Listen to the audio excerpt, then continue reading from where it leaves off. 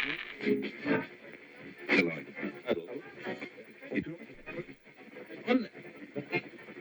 Brazil with something very different. You're gonna listen to Banda Aika. They're from Sorocaba, Brazil, state of São Paulo, with Casa da Lua, rock and roll from Brazil.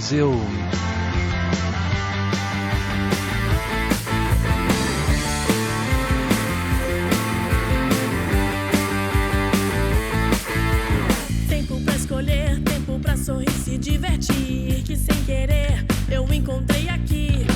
Tem um jardim que nasce em flor. Uma rádio entrou em contato. Oi, tudo bom? A gente recebeu aqui o e-mail da embaixada e a gente curtiu pra caramba o som, vamos tocar. O frio nem parecem estranhos. Uns 2 dias depois eles mandaram esse áudio de quando foi, né, que tocou. E aí foi muito legal. A gente ficava brincando que a gente imaginava o Tom Cruise com o cabelinho assim, voando no carro dele, andando e ouvindo Ai Kai. A casa é tua, faz o que quiser. Pega o cometa e faz uma viagem. A gente tocava 7 vezes por dia, porque oficialmente era 3 vezes, mas aí pediam na programação.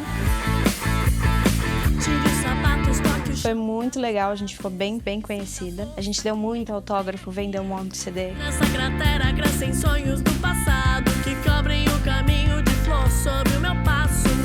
O show que a gente fez no cartódromo da Skin Cariol foi legal. Nem parecem estrangeiros. Acho que foi o primeiro show que a gente fez pra bastante gente. Acho que era 3.000 pessoas, 5.000 pessoas, sei lá. O Kid Vinil tocou depois, foi legal. Entra sem bater. A casa é tua. Viagem pro Canadá, que foi uma experiência ótima. E faz uma viagem sem fim. Foi muito interessante levar a nossa música pra fora e foi, acho que, o último grande feito da banda.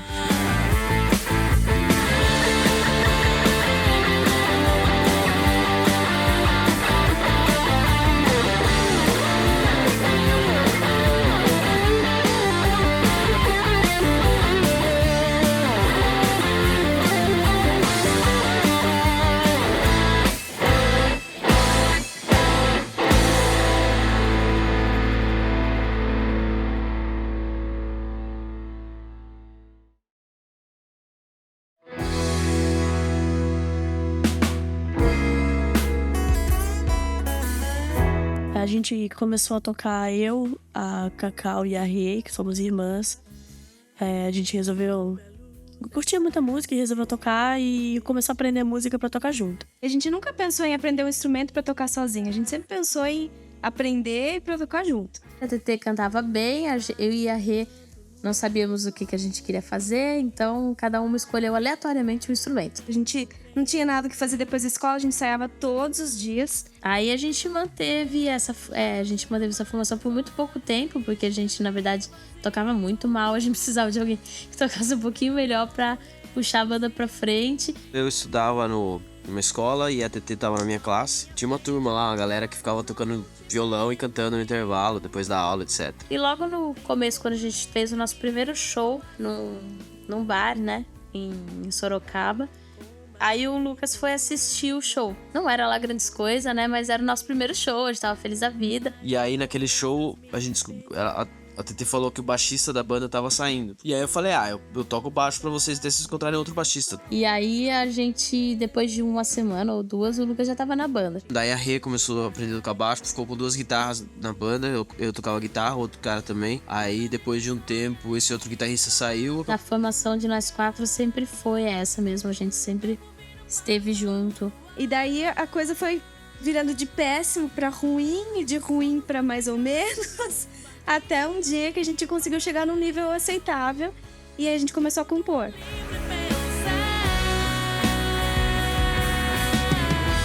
Quando a gente sonha e descobre algum lugar, o tempo vira um pássaro no ar. Bom dia. Pronto, chega.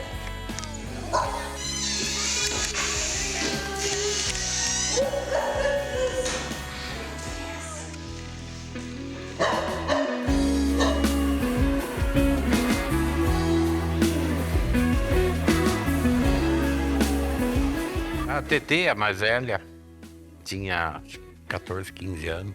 Eu a vi cantando em casa.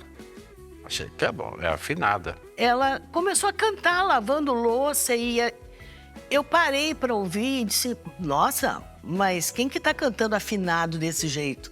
E aí ela falou, sou eu, mãe, sou eu. Ela, a Claudinha e a Rê conseguiam colocar a voz legalzinha, brincando, faziam paródia pra Rê. Nós acabamos comprando um teclado para elas brincarem no teclado. Tal não foi a minha surpresa que dali a uma semana elas estavam tocando coisas no teclado. Acho que tinha algum folheto, alguma coisa junto com o teclado. E aquilo ali deu estímulo para que elas começassem a tocar. Passados 4 meses, a Rê estava tocando todas as musiquinhas, a Claudinha também. Eu mudei pro lado da casa da minha sogra, no Jardim Europa, e lá perto tinha a escola de música. Aí as 3 entraram. Um mês depois elas se apresentaram, foi a primeira apresentação que elas fizeram no SESI, que era a apresentação da escola, a TT tocando guitarra, a Rê no teclado, a Claudinha na bateria. Elas tocaram Renzo, e não tinha nome a banda, não tinha banda, era só uma apresentação que elas foram chamadas de Irmãs Renzo na escola, pelo Zóio, que me procurou e falou assim, eu queria tocar com elas. Eu nem conhecia o Zóio, o Zóio foi o primeiro guitarrista da banda. E aí elas no porão da casa começaram a ensaiar com o Zóio.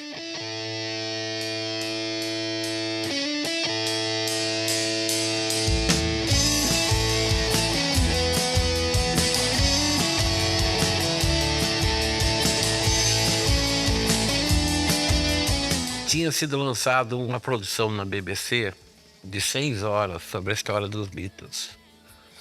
É uma história meio paralela, não é a história do sucesso dos Beatles. É um documentário bem interessante, porque ele conta assim, como começou os Beatles, como que eles ensaiavam, como... Não tem imagem, mas tem pessoas contando a história. Aí eu botei eles para assistir.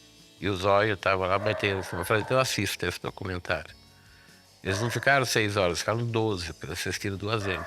E saíram daquele documentário com uma sede de ensaiar e de fazer, que não tinha nem como você falar, não faço.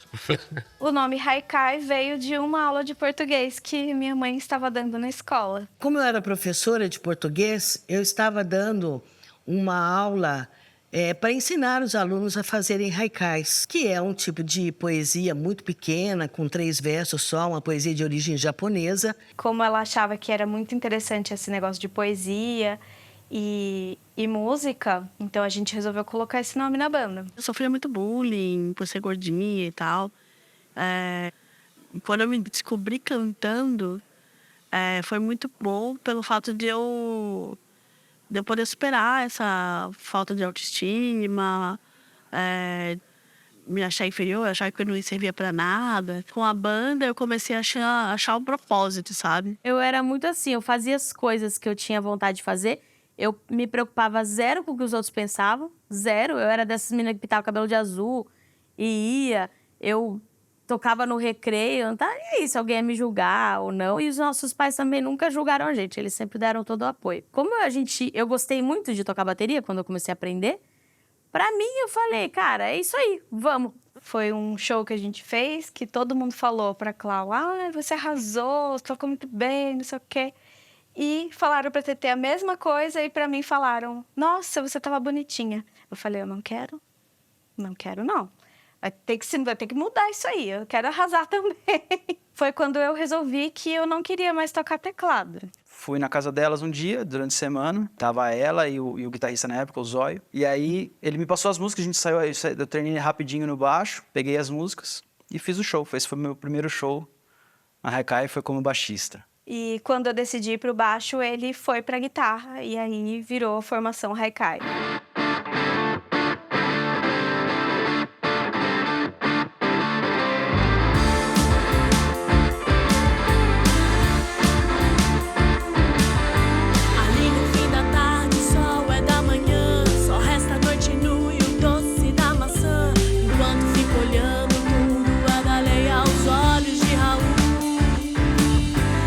Começou junto, né? Tudo, né? Foi tudo desde o começo aí. As composições, letras, a vivência que a gente teve, né? Eu tenho muita lembrança, assim, da casinha lá do porão, lá da Rua Londres.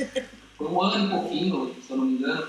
que foi o primeiro ano da banda também, né? As primeiras composições, os primeiros ensaios, agendamento de show. Primeiro tudo, né, Zóio? Eu praticamente estava numa transição aí também do colégio para o trabalho, para a faculdade, e eu comecei a trabalhar com o Cláudio, então eu vivia, eu só não dormia na casa dela. É verdade. Era o irmão.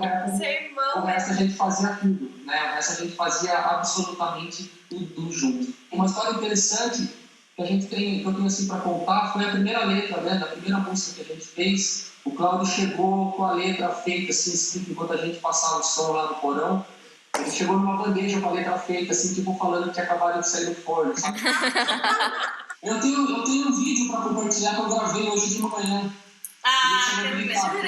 Passar um vídeo.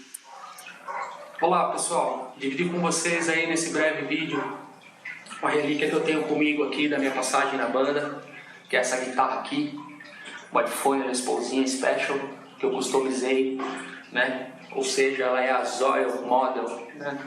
Special Zoil Model, que tem as principais referências da banda, né? Algumas modificações que a gente fez aí ao longo dos anos. Eu comecei lá com o Lucas, né? Quando a gente estudava customização aí baseado nos grandes guitarristas que a gente tinha como referência na época. E depois que eu fui para minha segunda fase, para minha segunda banda na época da faculdade, eu resolvi customizar e eternizar minha passagem pela banda Haikai, né? Cuja logomarca está aqui, ó, a principal referência.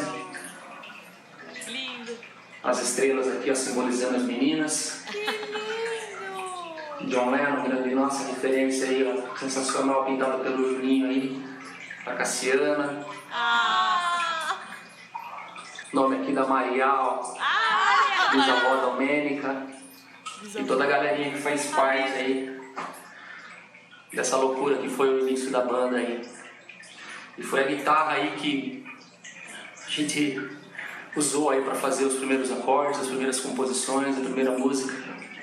E quem não lembra dessa primeira aqui?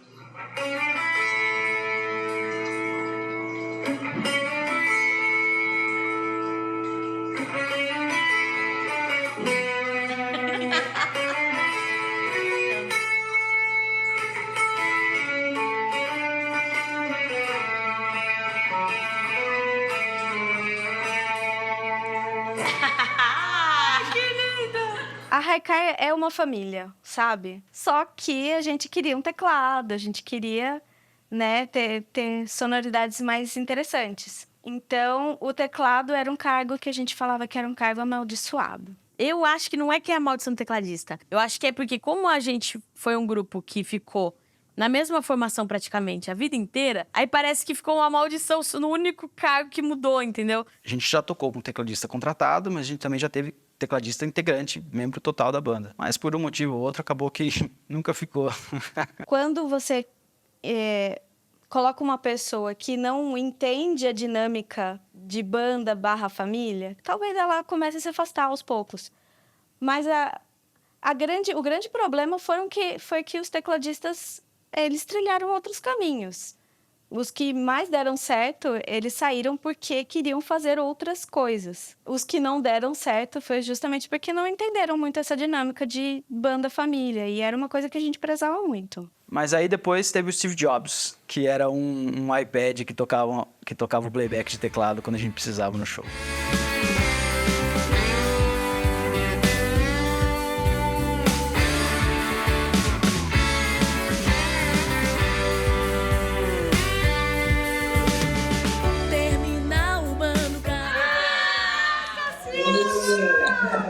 Eu prometi pra mim pro Gil que eu não ia chorar. Mas eu já descumpri, mas eu vou tentar falar chorando mesmo, né? Porque, obviamente, vocês fazem parte da minha vida, assim, né? Antes de conhecer vocês, que eu conheci a Mônica primeiro, né? Que eu estudava à noite, no Objetivo, no primeiro ano. E aí depois, né, na hora que você fica trocando ideia com o professor, que já não é a aula, e ela tava falando, porque aí tava eu e as minhas filhas, a gente tava ouvindo Guns N' Roses. E aí eu construí na minha mente, eu falei, nossa, que legal ficar ouvindo Guns N' Roses com as filhas do carro, né? Achei muito legal. Com 15 anos que eu conheci vocês, com 16, eu pensei, nossa, deve ser muito legal ter uma banda de rock. Eu queria ter uma banda de rock. Passou, né? No ano seguinte, que que foi quando a gente estava no segundo colegial, né, que eu estudava na mesma sala da TT e do Lucas, que foi quando eu conheci eles, que é a parte que eu quero falar, né? Uhum. Virei fã, né, acompanhava quanto era lugar. E outra memória que eu tenho muito viva, que é que vocês foram tocar num lugar que agora é um shopping em Sorocaba, eu não sei os nomes mais de nada. Ah, eu acho que é no Sorocabana. E aí tá, sei lá, tava todo mundo tocando. E eu pegava o pandeiro meia-lua e ficava tipo de tirete. E aí eu tava sentada no chão e olhando vocês, tipo, minhas amigas são muito massa, virou uma banda de rock. E aí, nisso, veio um cinegrafista, filmou todo mundo. É verdade. Filmou. Aí, beleza, acabou o show, eu saí virando, né? Todo mundo lembra das palhaçadas que eu fazia, saí triquinando a mente de todo mundo. Ah, agora eu sou da banda, Ela se colocou na banda, Aí tá. Aí a TT, então tá bom, tá? Sábado que vem ensaio lá em casa, tá hora. E a Rê já tava largando, já tinha largado, né? O teclado. E aí depois que eu fiquei no meia-lua um tempão, não, a Cassiana tem ritmo, dá pra investir. Então foi um investimento coletivo que eu sou muito grata, assim. E aí depois de um tempo com o pandeiro, aí a TT, não, agora vamos lá no back vocal porque precisa. E era sempre assim, era uma necessidade, uma demanda. Bota tem ninguém pra fazer, bota a Cassiana. E eu não tenho dúvidas pra falar que vocês são minha família, assim, uma parte muito importante da minha família. E é por isso que eu choro, assim, porque eu tenho muita saudade. E sou muito grata de ter vivido tanta coisa, assim.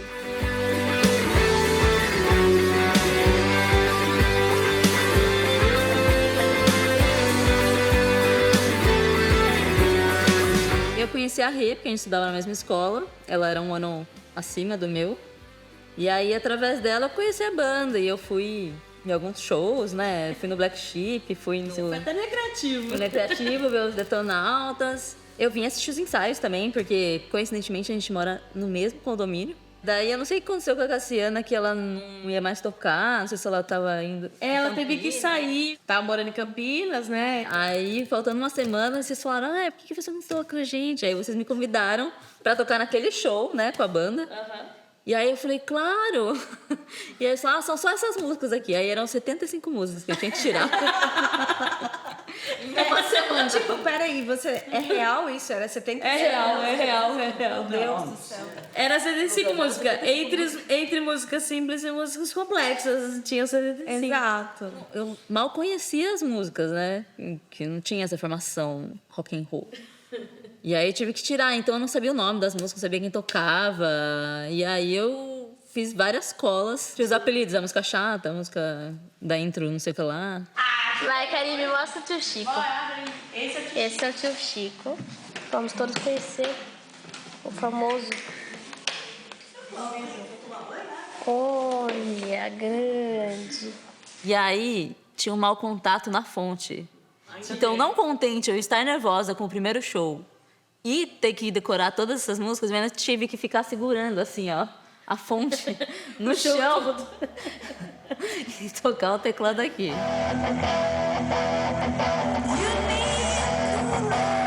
Era uma banda como toda outra banda começa, banda de rock, tocando cover. Então a gente escolhia as músicas, vamos tocar tal música, eu gosto daquela, eu gosto dessa e tal, escolhia, combinava qual tirar. E aí é o caminho, ou pelo menos era o caminho natural das bandas, né? Naquela época, você começava a tocar, ensaiava, tentava marcar um show aqui, um show ali, se apresentava pros amigos e tudo mais. A gente tocava sexta-feira à noite, e eu tinha aula no sábado de manhã, eu já sabia que eu ia ter que tocar, que eu ia virar à noite, que eu ia tomar um café da manhã na padaria, já ia direto pra escola e eu não podia reclamar. Porque eram as coisas que eu tinha escolhido. Então eu não ia faltar na aula de sábado, eu não faltava. E eu não reclamava, não ficava reclamando que eu tava com sono, que eu tava...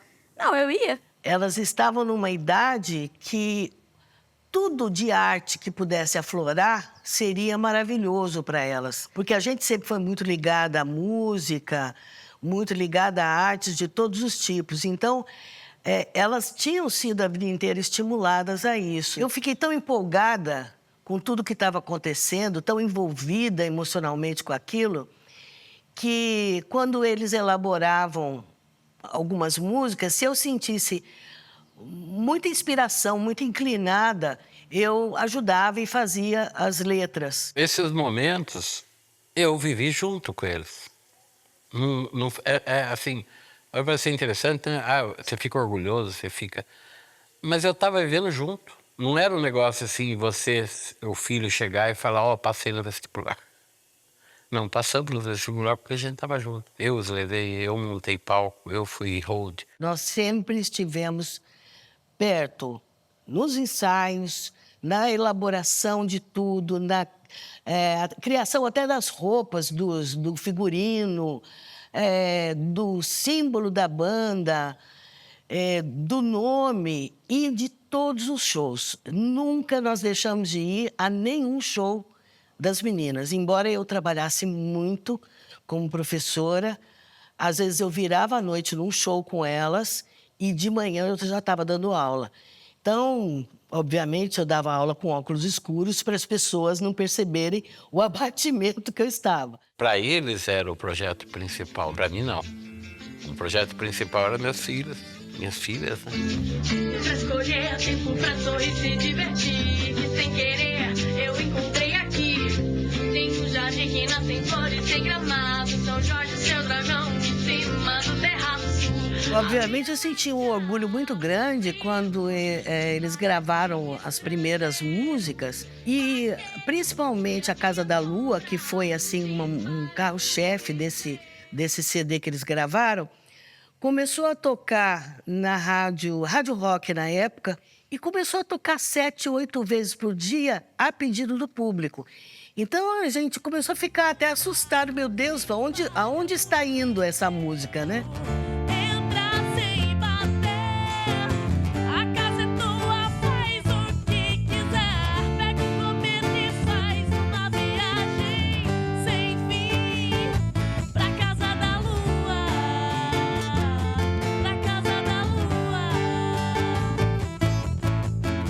Eu sei que nesse período foi bastante compensador para todos nós saber que tanta gente estava apaixonada por essa música, né? Quando tocou a primeira vez a música deles na rádio, foi uma loucura.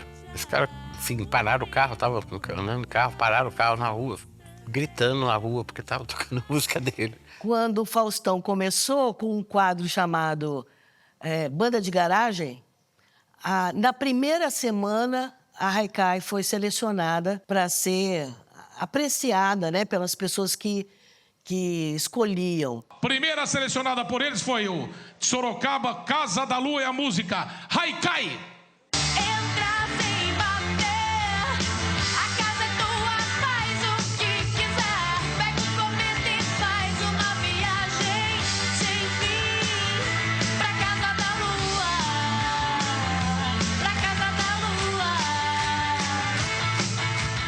Pouco tempo depois, a TT foi entrevistada no Altas Horas, com aquela brincadeira que o Serginho Groisman fazia, de chamar alguém do público, e todo mundo da escola dela começou a gritar que ela era cantora, que ela tinha muita coisa a dizer. O Serginho Groisman ficou todo animado e chamou para a entrevista.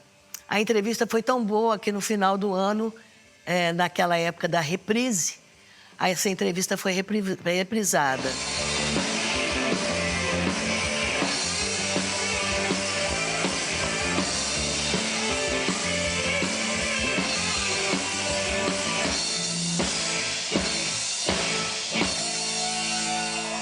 A questão de dinheiro em si não era a coisa que mais empolgava. Isso não era tão importante naquele momento. O importante era participar, estar no meio artístico como elas estiveram. A gente tocava em bares, encontros de motos e ganhava pouquíssimo quando ganhava. Era tudo uma brincadeira, a gente estava se divertindo, sabe? A gente estava curtindo, não era um trabalho, né? Depois, mesmo quando começou a se profissionalizar, a gente ainda se divertia bastante. Na faculdade, por exemplo, eu não fazia a menor ideia do que eu queria fazer. Eu já estava sabendo que eu ia fazer a prova do conservatório. Tanto eu, o Lucas e a Rê fizemos faculdade de música. No momento que a gente começou a optar por essa formação, isso já se tornou uma opção principal. Por isso que eu sempre me intitulo cantora também. Apesar de eu não estar profissionalmente trabalhando com isso agora, eu nunca vou deixar de ser cantora.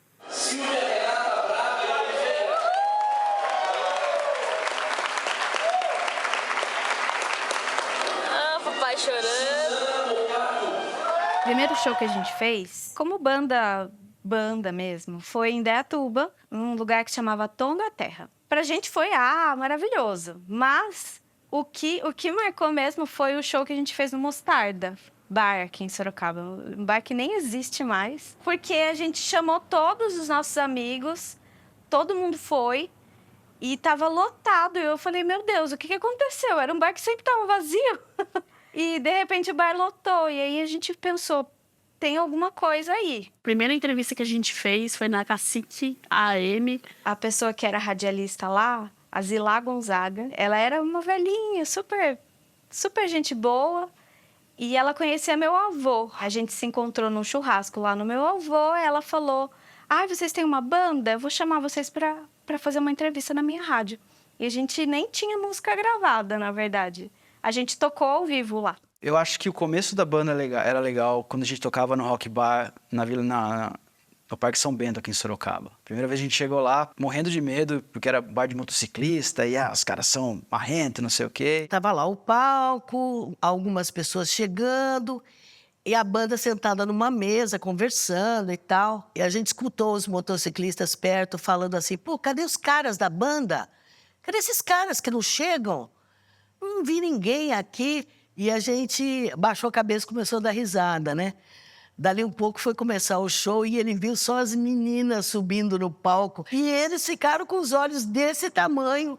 Não acreditavam que a banda que ia tocar para aquele mundo de homem enorme, cheio de correntes e de couros e tudo mais, era uma banda de meninas. Então, acho que eles não botaram fé nenhuma de que ali ia sair um show. E a gente chegou lá tocando Jovem Guarda.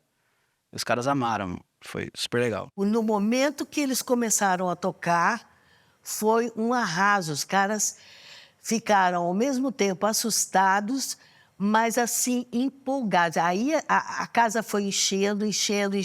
Todos os motociclistas dançaram. Isso foi muito legal. E acho que foi o começo da banda profissionalizando, assim. E foi, assim, a sensação para aqueles clubes de motociclistas, né? Essa relação com os motoclubes de Sorocaba, a gente tocou bastante para eles. Porque, inclusive, a gente tem um grande carinho, porque eles levaram a banda para vários lugares interessantes. A primeira gravação que a gente fez foi uma gravação com 2 músicas autorais e 3 músicas covers. Essa gravação ela gerou um material que foi para a primeira coletânea que a gente entrou, que era o Terra Sonora, que eram só bandas de Sorocaba. Então a gente fez turnês com esses coletâneas. Aí acabou que a gente ficou conhecido por causa dessas coletâneas. A gente nem tinha um CD completo. A gente tinha levado a nossa música para tocar na rádio, só que a gente queria que a música tocasse, né? Assim, mais na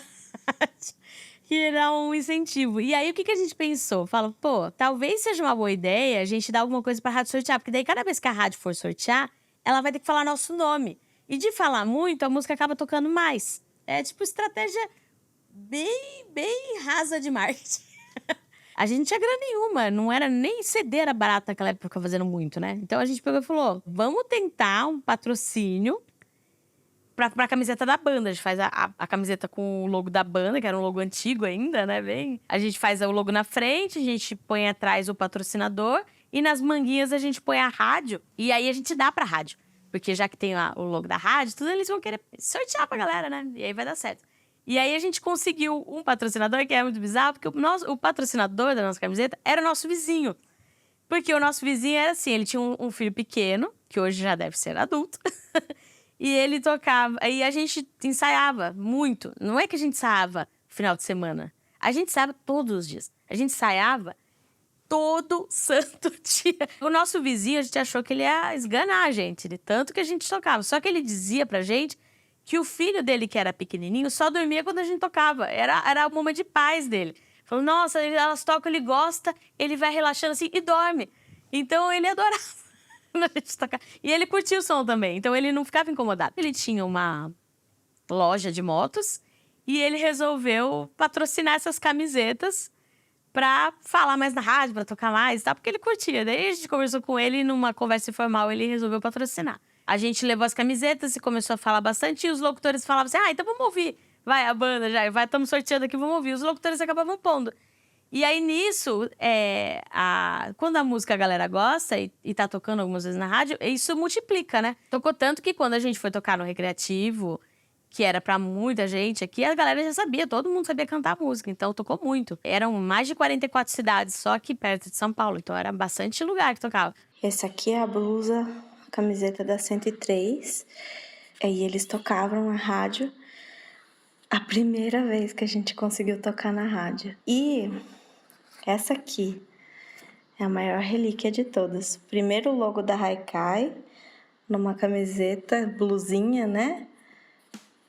Isso aqui é Silk Screen.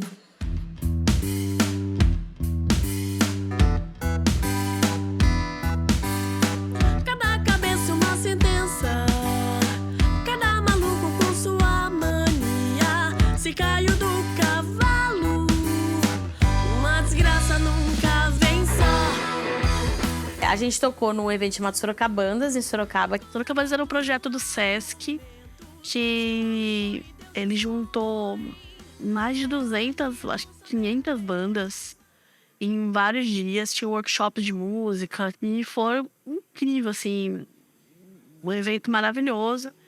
E aí tinha alguns shows de famosos, né? Um ano foi o Nando Reis, outro foi o Lobão. E aí a gente tinha vários palcos lá nesses Sorocabandas e a gente foi chamada na primeira edição pra tocar num palco alternativo, né? Porque a gente não queria chamar de cara pra tocar no palco grande. O pessoal via a nossa fotinha e falava assim, essas meninas tocam mal, vamos pôr no palco alternativo. A gente sempre era de cara chamada pro palco zoado, pra depois, no outro ano, o pessoal, vamos lá tocar no palco grande. Aí, o que aconteceu? A gente tava fazendo uma peça de teatro, que a gente tava no colegial. Nessa época, os nossos amigos acompanhavam todos os nossos shows, a gente ia com a galera. E aí, nesse dia, a gente tava a poucos dias de estrear a pecinha de teatro da escola, que o Lucas era o Romeu. Eu não era a Julieta, eu era a Freira. E ela, todo ensaio, ela sacaneava a Julieta que queria beijar o Lucas. Aí, ela ia beijar, ela beijou o Lucas, na verdade, não na peça. Né? O dia ficou louca da vida, eles tinham acabado de começar a namorar. E aí, tinha dado o momento da cena lá da peça, a Claudinha zoava com a tal da Julieta. A Julieta falava, mas isso aqui não tá no texto. E ela zoava pra caramba. E eu tinha buscado na costureira a fantasia da Freira, porque eu ia fazer a peça.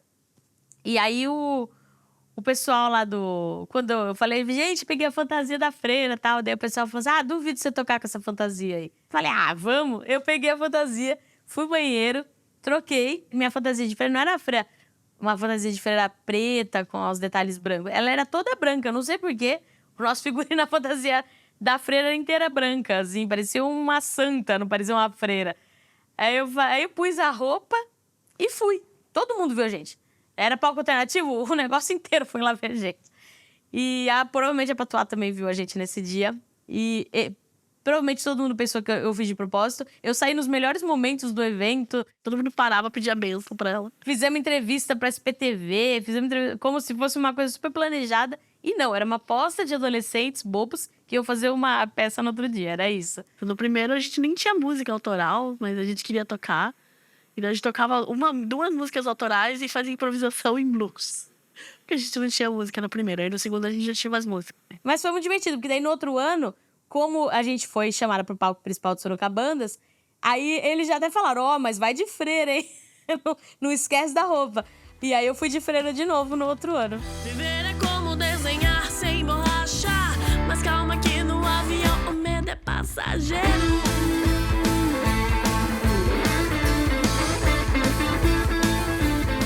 Patuá foi marcado pela saída do Zóio. O Zóio saiu da banda, bravo, porque a gente estava tocando no lugar e a gente estava começando a pensar assim, acho que não é legal a gente estar tomando cerveja em cima do palco com a rede de 13 anos tocando do lado. Nós tínhamos essa consciência, né, que, Se alguém visse ali, ia achar que ela tá bebendo também, coisa assim. E aí, o meu pai deu uma chamada de atenção nele por causa disso, porque ele tava tomando cerveja num encontro de motos e ele saiu pé da vida.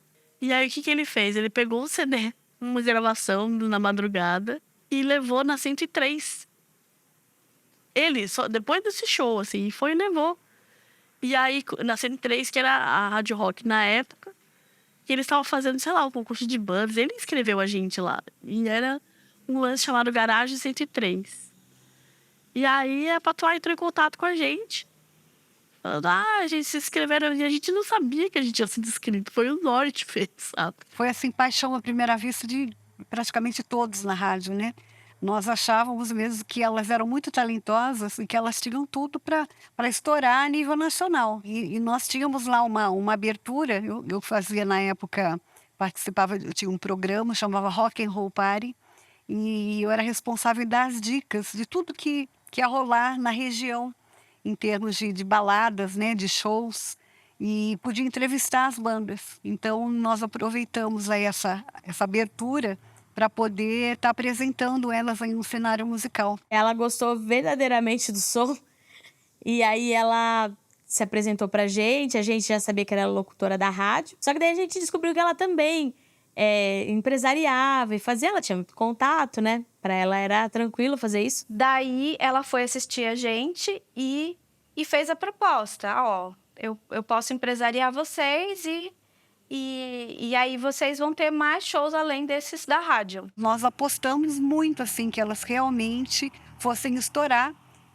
Também, além do talento, pelo fato de ser uma banda de mulheres, que era uma coisa que não existia. Era Rita Lee e Rita Lee.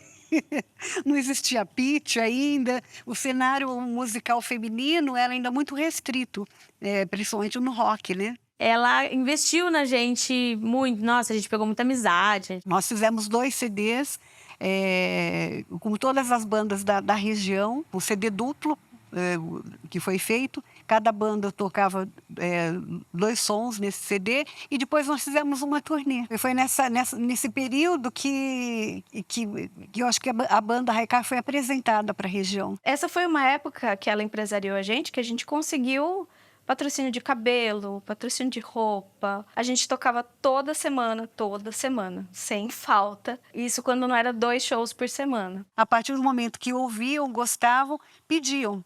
Inclusive, quando nós fazíamos turnê, nós fazíamos um rodízio entre as bandas, mas em muitos lugares que nós íamos, as pessoas, o contratante falava, viu, eu quero a banda de meninas, eu quero a Haikai. Elas realmente explodiram naquela época, foi muito legal.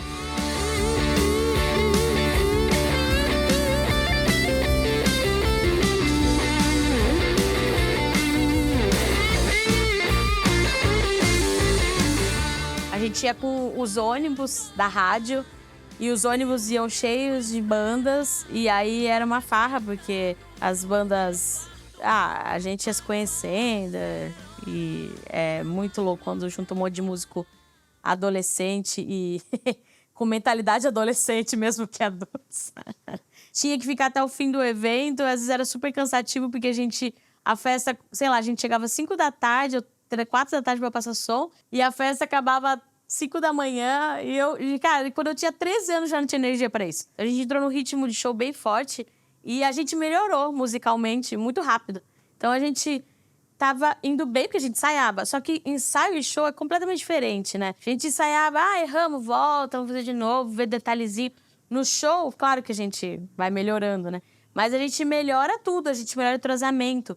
A gente sabe com o olhar o que o outro quer, o que o outro precisa, se deu errado, se deu certo. E possibilitou que a gente fizesse mais composições, porque quanto mais entrosados ficamos musicalmente, mais fácil é de compor. E também tinha essa mentalidade, essa prioridade de fazer música, de ter as nossas próprias músicas, até da Patois também, né? Era o caminho.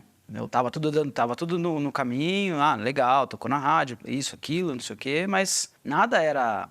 Nossa, meu Deus, olha só. A gente sabia que eram coisas até certo ponto difíceis. Por exemplo, tinha o bar aqui em Sorocaba, o Black Sheep, que era um bar que todas as bandas boas de Sorocaba tocavam. Nosso objetivo lá no começo da banda era, vamos tocar no Black Sheep um dia, vamos. A gente sabia que dava. Ensaia aí, toca suas músicas, faz direitinho o trabalho, que você vai conseguir tocar. Tocar na rádio local...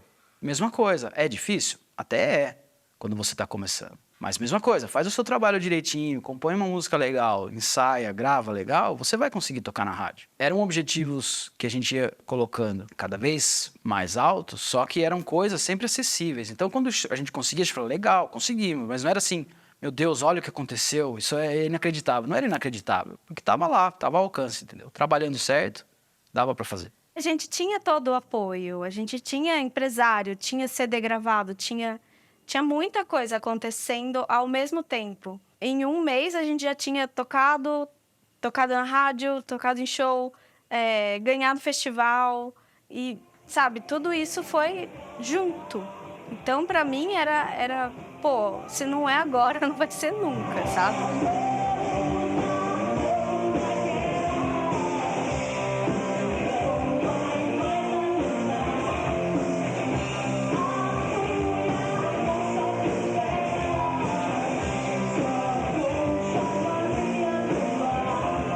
A nossa música estava tocando na rádio Horrores.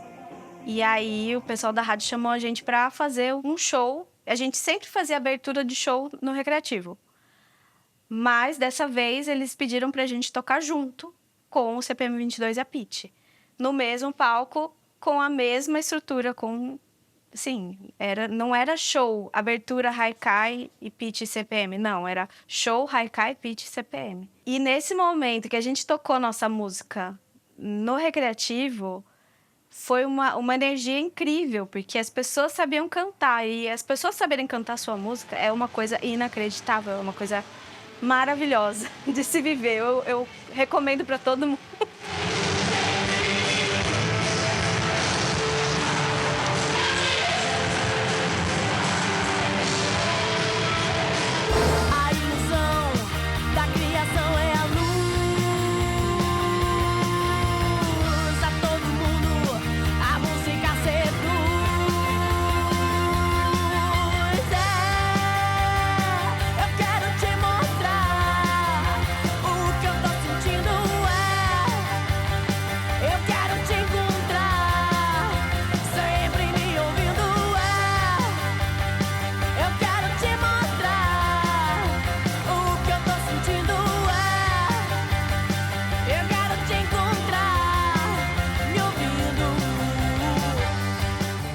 Teve um perrengue clássico que foi num show em Ibiúna. A gente foi tocar numa Rock in Rave, era uma festa da 103. E aí tinha várias bandas. E a gente foi com o ônibus da rádio, nós e mais umas 4 bandas. Só que aí na hora que a gente foi tocar, o Paulinho Vilhena subiu no palco. Ele tava super em alta, fazendo Malhação ou alguma novela lá. Aí ele cantou comigo uma música da Cássia Eller. E tava tirando foto, ele até parou de tirar foto pra cantar comigo, foi super legal. E aí eu pensei, esse é o fim da história. Só que não é o fim da história. O ônibus de todas as bandas ficava no final do estacionamento, não tinha como sair. Aí beleza, todo mundo foi embora, a gente entrou, botou os equipamentos no ônibus, fomos embora, o ônibus do lado de fora tá o pneu voando. E aí a gente ficou sem uma roda. E o ônibus parou. Foram buscar a roda 1 quilômetro para trás. E a gente teve que esperar outro ônibus de Sorocaba voltar para nos pegar. Quando veio o outro ônibus, a gente teve que tirar todo o equipamento de um, colocar no outro. E o outro ônibus também quebrou. Como a empresa só tinha 2 ônibus, a gente teria que esperar consertar o primeiro. E a gente ficou esperando até meio-dia consertar o primeiro ônibus para a gente poder voltar, que não aconteceu. A gente estava perto da rodoviária e aí a gente pegou, a rádio pagou para todo mundo pra gente pegar o ônibus de linha mesmo e voltar para Sorocaba na rodoviária. Então a gente tava com instrumento, tudo na mão, bateria, ampli de guitarra. Aí como nós éramos meninas, a gente conseguiu vir sentada e todos os músicos das outras bandas carregando tudo assim, dormindo de pé. A gente terminou o show, era umas 3... Conseguimos sair de lá umas 5, chegamos aqui 1h. A minha mãe tinha feito um panelão de feijoada, a gente se matou de comer feijoada, dormiu, que aí tava desmaiando, né? Eu só lembro de ter acordado assim, fantástico, e dormir de novo até outro dia.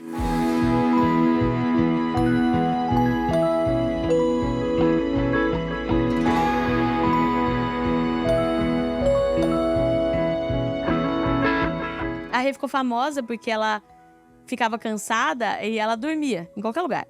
Então ela dormia no sofazinho do camarim, ela dormiu dentro do case do João Leopoldo, ela dormiu em vários lugares inusitados. A pessoa largava um case de teclado aberto, ela deitava e dormia dentro.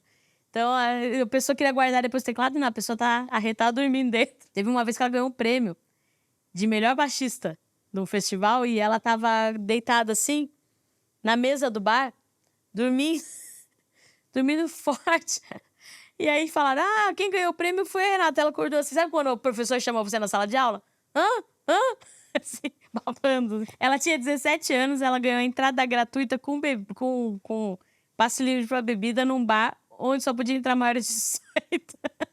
Ela não conseguiu pegar um dia de prêmio. E nesse mesmo festival, a gente ganhou o 4º lugar. O 1º, o 2º e o 3º tinham prêmio em dinheiro. O 5º até o 10º tinham outras coisas de prêmio. E o 4º não tinha nenhum prêmio. A gente falou, caraca, quem escreveu a regra desse edital, cara? A gente foi tocar na Galeria do Rock, com músicas nossas, tava vendendo CD nosso lá e tal, lá em São Paulo. Antes de começar o show, quando a gente tava chegando pra passar som do show, ia ter, um cara veio oferecer pra gente o nosso CD pirata. Ele tava vendendo CD nosso pirata, cara. E ele me mostrou e falou assim, tô vendendo CDs aqui na frente da loja de CD. Aí eu olhei e falei assim, deixa eu dar uma olhadinha nesse daqui. Aí ele, esse daqui é muito bom, é da banda que vai tocar aqui hoje. Eu trouxe um monte, porque eles vão tocar aí e tal. Falei, bacana, então tomara que venda tudo, né? Ele, não, vai vender, cara, elas vão tocar aí hoje, certeza. Quando toca, nossa, vende tudo. Falei, pois é. Aí eu olhei assim, nossa, bonita essa menina aqui, né? Ele olhou, é você? Falei, sou eu.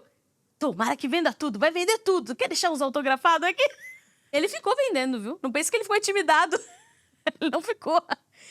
Acabou o show e ele lá vendendo CD lá na frente, gente. Foi num show em Pirapora do Bom Jesus. E aí tava tendo um motoclube lá, e a gente tocando do lado do Tietê. E aí o cara subiu no palco, tentou agarrar a Rê. E, tinha outro que pegou, acho que era o mesmo cara, o loucão. Ele pegou uma camiseta assim, botou um uísque, sei lá, em cima do palco de madeira e falou que ia botar fogo ali, sabe? Tipo, Jimi Hendrix, assim. Só que aí a gente tava... Era um motoclube que tinha muitos policiais. Aí, de repente, o cara sumiu. Sei lá o que os policiais jogaram no rio, sei lá o que fizeram. Não jogaram no rio, mas...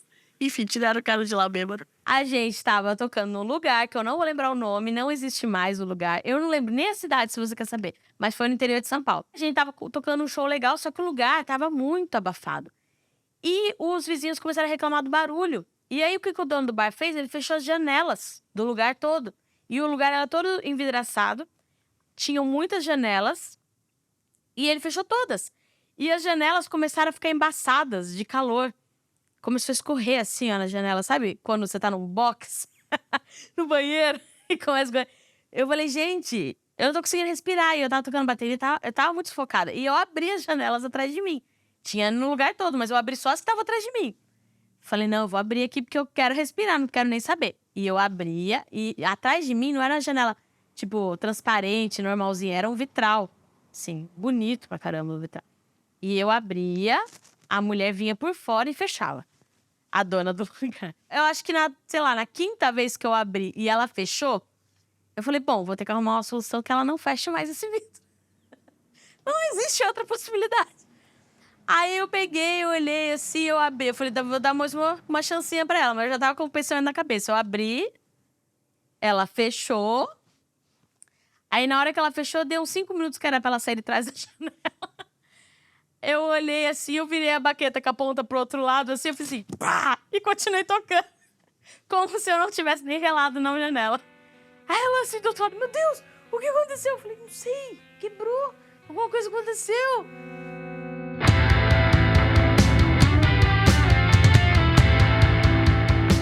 Era conhecido como uma banda de meninas, né? Mesmo tendo o Lucas. Como eram bandas de meninas, ninguém botava fé. Achavam que, é mulher.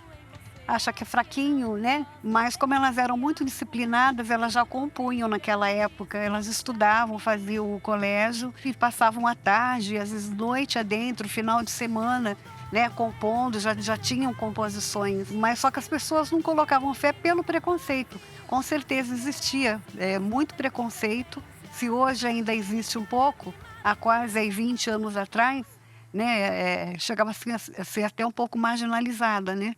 Porque o que fazia não impunha respeito, não impunha, achava que nada era profissional, que era uma brincadeira, né? Mas elas se fixaram no cenário musical aqui da nossa região e adquiriram esse respeito. Primeira vez que a gente participa aqui nessa rádio, mas a gente já fez em outros lugares.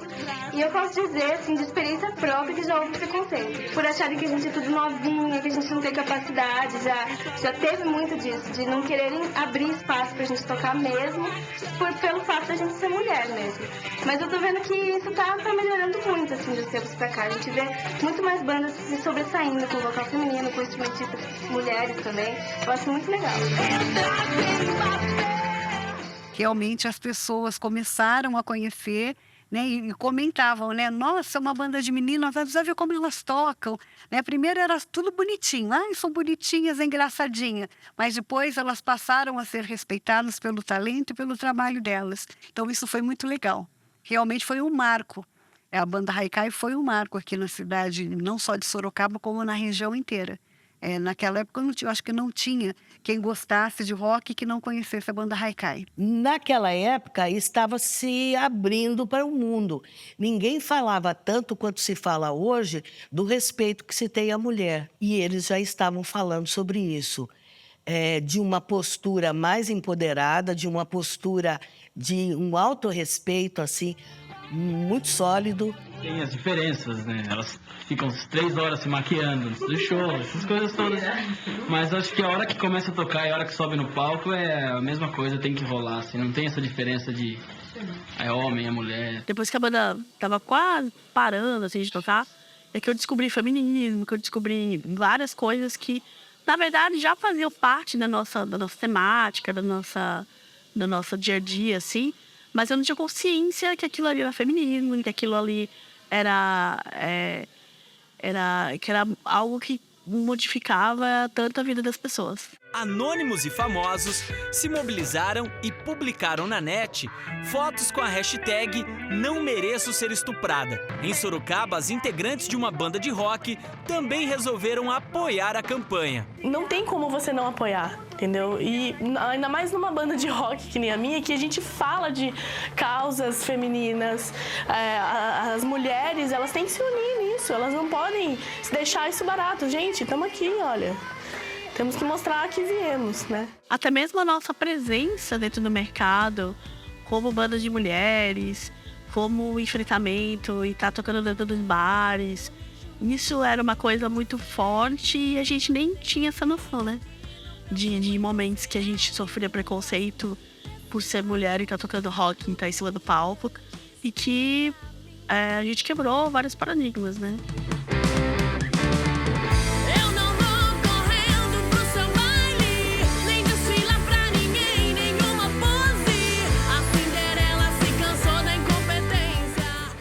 Nossa, a Moniquinha, ela era... A Moniquinha é gente boa demais, viu? A Mônica foi o presente de Deus, acho que pra nós. Eu sou a fã número 1 da banda Haikai, sabe? A minha relação com eles vem crescendo, a minha vida inteira. Eu conheci a banda, eu tinha 3 anos de idade. Vai fazer 20 anos que eu acompanho a banda e eu sou fã número 1. Minha família, ela sempre, desde sempre... Antes de eu nascer, eles sempre foram encontro de moto e tudo mais, show de rock. Depois que eu nasci, o rolê continuou o mesmo. Eu tinha 3 anos de idade, a gente tava num show no Recanto da Cascata, em São Roque. Tava tendo encontro de motos e tal, tudo mais. No final do show, a banda Haikai, que a gente não conhecia ainda, jogou algumas camisetas pro pessoal que tava na plateia. Eu não peguei. Afinal, 3 anos de idade, como eu vou conseguir pegar a camiseta? E eu fiquei muito frustrada com isso, porque muita camiseta que a banda tava jogando. Comecei a chorar, tudo mais. A mãe me levou no banheiro pra me acalmar. E falar, calma, e tentar me consolar. E eu entrei no banheiro e quase surtei, né? Imagina, uma menina que tava querendo uma camiseta. Eu fui lá, na boca de quem tava com a camiseta. Falei, me dá uma camiseta. Porque a gente sempre tava junto com o pessoal da 103, então, me dá uma camiseta. Peguei a camiseta dele na mão dela. Ela chorava, ficou uma alegria. Foi essa camiseta que elas jogaram. Carrego comigo até hoje, guardo comigo meu xodozinho. Daí pra frente, a Moniquinha acompanhou tudo da gente, tudo que a gente fez. Ela era muito fã mesmo. Ela veio aqui em casa, ela foi em todos os shows, ela tem uma pasta da banda que ela mostra todas as fotos que ela tirou, todas as coisas. Quando eles fizeram a música da Cinderela, eu, como visão de criança, não tinha a mínima ideia sobre o que falava a música, né? Pra mim era a música da princesa e era o que eu gostava. E com 14 anos, eu ouvi a música novamente e foi um baque ali, porque com 14 anos eu já tive uma percepção diferente do que quando eu tinha com 6 anos. E eu comecei a falar, cara, é isso, eu me vejo nessa música, sabe? E aí fui começar a procurar sobre o que falava a música e tudo mais, tentei conversar com as meninas da época e acabei deixando meio assunto de lado. Quando eu tava com 16 anos, eu fui tava no ensino médio já, aí uma professora apresentou pra mim o tema feminismo. Eu nunca tinha ouvido falar sobre o que era isso, né? Quando eu comecei a estudar, ir a fundo, falei, cara, eu já ouvi isso alguma vez na minha vida. É uma coisa familiar pra mim isso. E aí ele pediu pra gente montar um trabalho de escola, tudo mais, e meu trabalho de escola foi com a música da Cinderela, né? Onde eu falei, e sabia que isso tava em mim de algum jeito, então veio da Haikai. Quando eu compus, eu e minhas irmãs compusemos a Cinderela, eu não tinha nenhuma noção de feminismo. Era só um desabafo. E aí, a Moniquinha, ela conseguiu destrinchar aquela música e entender que tinha um feminismo ali. Que tinha uma atitude que é rock, né? Rock é atitude. E ela disse, eu aprendi o valor que a mulher tem, o respeito que a gente deve ter como mulher para conosco mesmo, a partir de músicas como a Cinderela, por exemplo. A música Cinderela me mostrou, assim, um novo universo em relação à mulher. Eu acho que a gente influenciou muito bem ela, porque hoje ela é feminista, independente, empoderada, muito pelas músicas que a gente fez. E assim, é aquilo, né? A gente nem sabia que a gente estava falando sobre tudo isso e influenciando ela dessa maneira. E olha que positivo, sabe? Acho que foi muito bom. Ela teve uma educação ótima. Meus pais sempre me apoiaram muito em tudo, mas a grande influência vem da banda, porque eu via todo aquele pessoal que eu sempre admirei muito desde criança, falando sobre coisas que me interessavam, com músicas que eu gostava, músicas que eu cresci ouvindo tanto na minha casa também, né? Não só pela banda. Então, um pessoal que eu falava, cara, eu quero ser igual eles, sabe? E hoje eu tô aqui, tenho meu teclado desde os meus 6 anos, entendo grande parte de política graças a eles também. Então, as bandeiras que eu levanto, as causas que eu defendo, a profissão que eu quero seguir, vem da Haikai. Não tenho medo de assumir a ideologia, de ser eu mesma, de ser eu mesma. Eu não vou correndo pro seu baile. Quando ela ficou adolescente, ficou maior de idade, provavelmente, ela fez uma tatuagem da Cinderela. Porque eu não queria só tatuar o símbolo da banda, o nome, eu queria alguma coisa que realmente tivesse um impacto muito grande pra mim. Foi através da música da Cinderela que eu comecei a pesquisar mais coisas, atrás de mais coisas. Falei, gente, é isso. Eu preciso tatuar uma Cinderela, sabe? E eu falei, essa minha Cinderela não significa a princesa Cinderela, significa toda a quebra de padrão da vida e a Haikai. Porque foi ouvindo essa música um pouco mais velha que eu falei, opa, peraí, não, eu não preciso. Eu não preciso ficar sentada esperando o meu príncipe. Eu posso ir atrás, eu posso ter minha vida. Então, foi com base nessa música que, eu consegui aumentar a minha liberdade de ser eu. É muito linda a tatuagem dela. Linda, linda, linda. A gente ficou muito emocionada quando ela mostrou.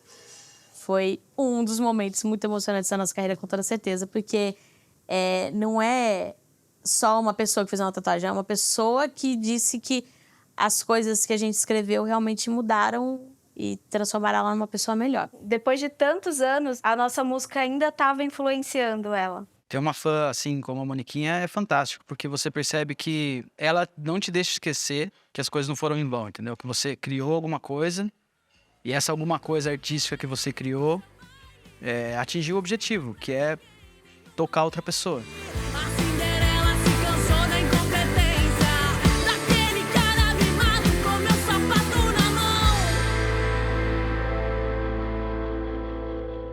Tenho lembranças, assim, a partir dos meus 5 anos, eu acho, né? Da gente estar em show e era quase todo final de semana. A programação nossa de final de semana era Haikai, sabe? Então, quase todo final de semana a gente tinha alguma coisa haikai pra fazer. Se a gente não tinha, a gente via, conversava com as meninas. O que vocês vão fazer?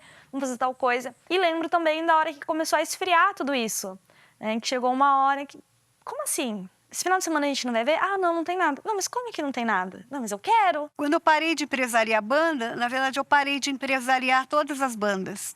Foi um momento que eu saí da rádio, né? Eu fiquei na rádio por muitos anos, só que depois abri a minha empresa na época da rádio, o Armazém de Bandas, só que depois foi quando surgiu aí os bartenders, a febre dos bartenders, né? E eu abri uma vertente aí também para bartenders. Comecei a trabalhar com bandas e bartenders. E os bartenders acabou que foi engolindo, né, esse lado da produção de shows. O que aconteceu não foi um problema com a banda não mudou. O que mudou foi o mercado, foi o público. Então, o produto que a gente oferecia deixou de ser desejado. Foi quando explodiu o sertanejo universitário.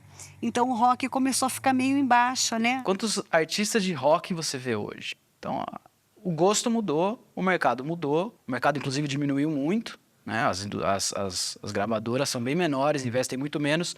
E justamente por isso elas vão querer investir em produtos que são sucesso quase garantido. A gente poderia ter tentado se enquadrar nessa nova era, sei lá, mas acho que, pelo menos para mim, acredito que para elas também não seria satisfatório, tá? É lógico que seria... Eu não vou vir aqui falar, não, a gente não faz por dinheiro, a gente faz pela arte. Lógico que é um trabalho, então você quer ganhar. Você precisa ganhar. Mas, ao mesmo tempo, é um trabalho que exige muito mentalmente. O trabalho artístico, ele exige que você tenha satisfação com ele.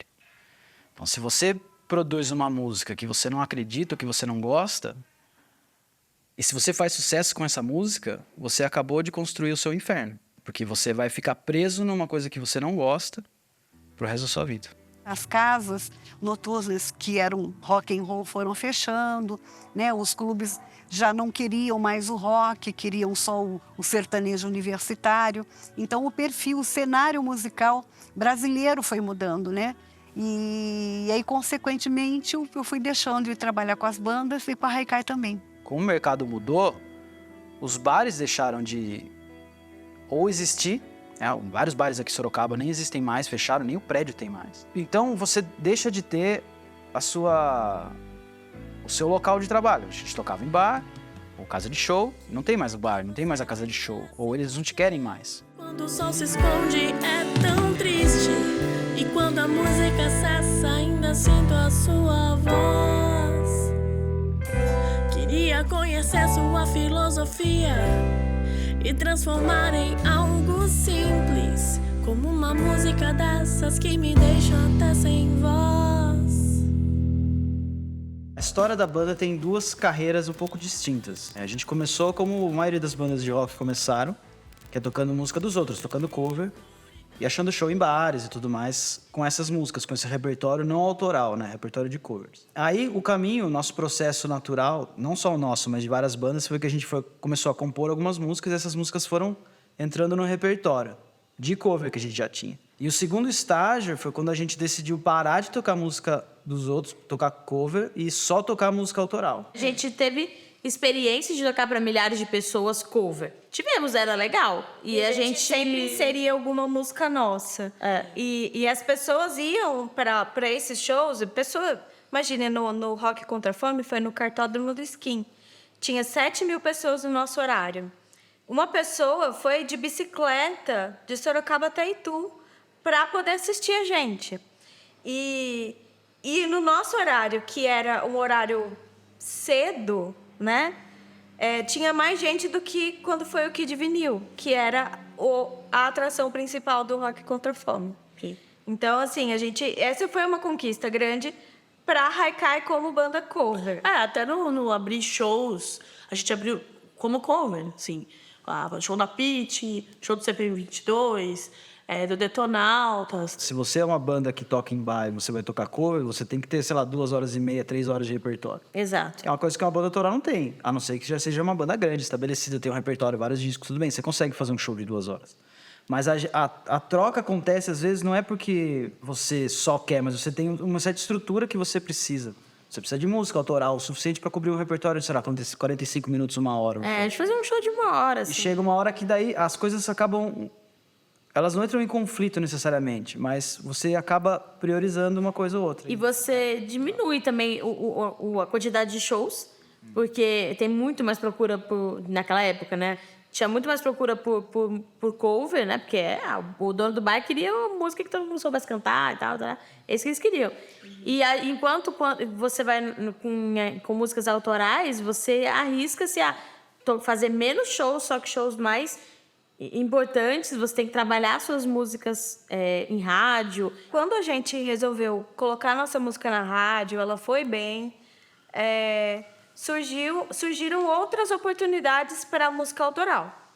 E não eram bares, eram lugares diferentes, eram SESI, SESC, eram projetos de lei de incentivo. Em 2010, né, vocês apresentaram aí um projeto impecável, né, que foi aprovado pelo Link, né? Isso, foi um projeto voltado para escolas públicas, né? E nesse projeto a gente... Como banda, a gente tocava nos pátios para todos os alunos das escolas e alguns desses alunos, antes dos shows, eles participavam de uma palestra com uma professora de português, falando sobre poesia e sobre a poesia haikai, um pouco explicando um pouco a origem de tudo isso.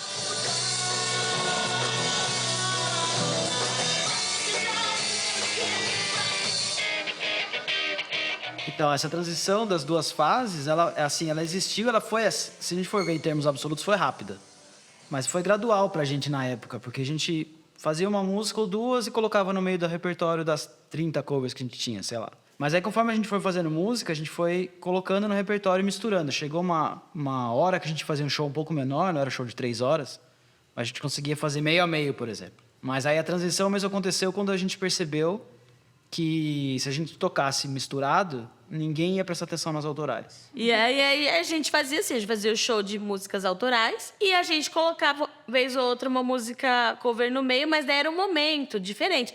Não era assim, vai ter um momento de música autoral. Não, é um momento de música. Mas é uma questão duas músicas no show todo. Uma releitura. É uma questão do diálogo, é uma música que faz sentido no nosso repertório de música própria. Em vez de aparecerem shows menores pra gente em bares, apareciam shows grandes pra gente. Porque a gente aí ia tocar com algum artista já famoso e tudo mais. Então, a gente diminuiu a quantidade de shows, porém, os shows eram bem maiores e mais legais, assim. Então, a gente... quando a gente tocou no Team Festival, que a gente tocou aqui no Recreativo, a gente era a atração principal, junto com... Eram a CPM e a Pitty. A gente tocou no palco principal, era junto com eles, e as pessoas do público nem sabiam que a gente era de Sorocaba. Eles cantaram as nossas músicas porque eles ouviam na rádio.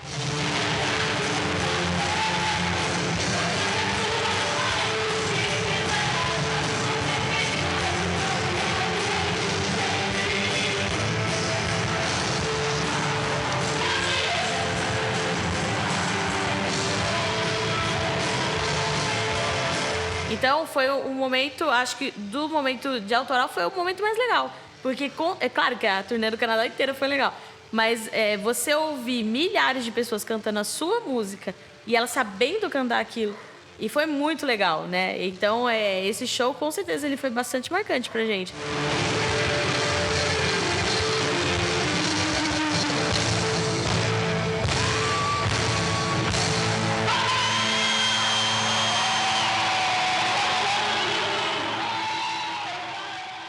E à medida que os shows foram aumentando de tamanho e diminuindo de quantidade, aí que a gente foi buscar os editais.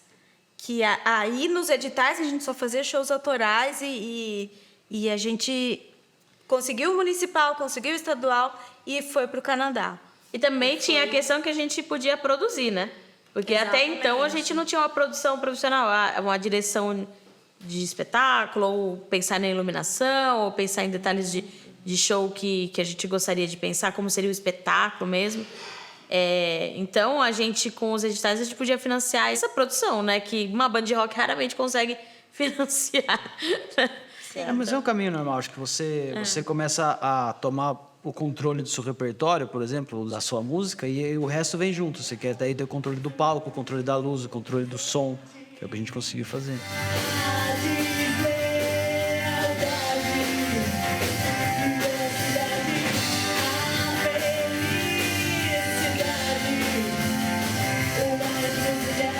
quando começou a tocar as nossas músicas nas rádios, o pessoal do underground, assim, eles não consideravam a gente muito underground, porque a gente já tocava na rádio. E o pessoal mais, sei lá, do pop e tal, que tava não considerava a gente famosa. A gente era, tipo, uma banda que... underground pra eles. Então, a gente não se encaixava muito em lugar nenhum. A gente pegou um nicho bizarro que não tinha ninguém ali. Então, a gente teve que trilhar nosso próprio caminho mesmo. Então, quando a gente começou a ganhar esses editais, esses prêmios e entrar em trilhas de festivais, essas coisas que a gente conseguiu, foi porque a gente teve que descobrir um caminho só nosso. E a gente tem um vizinho aqui na frente da minha casa, o Lucas Beda. Ele é de uma companhia de teatro bem grande hoje em São Paulo, que é a Companhia Mungunzá. E na época eles estavam nessa de fazer pequenos editais também. E aí o Lucas Beda falou pra gente: vocês são uma banda tão legal, por que vocês não fazem edital? Eu tenho certeza que música e poesia ia super ser aceito em editais. Vários artistas hoje têm o edital como uma ferramenta, né, para divulgação e para produção artística.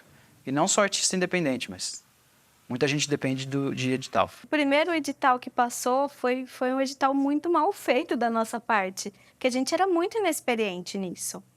Mas passou. E eu acredito que eles gostaram da ideia de música misturada com... principalmente rock misturado com poesia. E a aderência que a gente tinha dentro das escolas, por causa do projeto que a gente tinha feito aqui da prefeitura. A gente fazia uma turnê no SESIs, no SESCs, na prefeitura e tal. Mas chega um ponto que você fala, cara, não tá rolando. Tem que ter uma turnê nossa, assim, onde a gente vá para teatro, vá para, sei lá, casa de show, mas um show produzido nosso, diferente dessas regras que tem em outras turnês, né? E até fazer o show no exterior, a gente queria. Então a gente pesquisou e encontrou todas as possibilidades que eram possíveis e a gente ganhou todas quase que a gente entrou. A gente mandou pra turnê municipal, a gente mandou pra turnê estadual, a gente mandou pra turnê internacional, a gente gravou disco. Então o nosso objetivo era esse, que a gente fez uma coisa legal, agora a gente tem que gravar de uma forma decente, tem que fazer uma coisa legal. E tem que fazer um show bom, um som bom para as pessoas verem e falar, caramba, o material ficou bom mesmo. Consegui ouvir as guitarras, ai, que borboleta linda. Você viu? Ah, perdeu. Tô trabalhando aqui, não tô vendo borboleta. Eu trabalho e vejo borboleta. Porque tem que ver as pequenas coisas. Se você ouviu no seu jardim, você poderia saber do que eu tô falando. Parque que passa por nós, não vi parque nenhum. Nenhum. É por isso que a gente fez essa música. Um pessoal lá da Diretoria de Ensino do Canadá veio fazer um evento em Sorocaba. E a gente tocou nesse evento e eles convidaram a gente a fazer o mesmo projeto, com um pouquinho de diferença, né? Porque a nossa palestra vai ser um pouco diferente, lá na Nova Escócia. Vocês têm noção da dimensão disso? Acho que só quando colocar o pezinho no avião que a gente vai... Encontre flores lá, pequenas, de muitas cores, você consegue ver. E aí, Riteu, o que você está esperando da viagem? Medo de avião? Eu tô nervosa. Medo de avião também? Não. Não? Que mentira! Medo do novo. Ah, medo do novo é a pior desculpa de todos. E aí, a sua expectativa? A minha? Eu tô tranquila. Vou ficar agarrando o braço do Lu no avião. Ouvi do rádio um som que fez sorrir o meu coração. Também me fez chorar. Você me perdeu distraído e não consegue ver. A gente chegou, foi muito fofo, porque a gente estava sendo esperado pela Jenny, que estava com uma plaquinha escrito Haikai, bem-vindos e tal. E agora a gente está na nossa primeira turnê internacional. Estamos aqui no Canadá.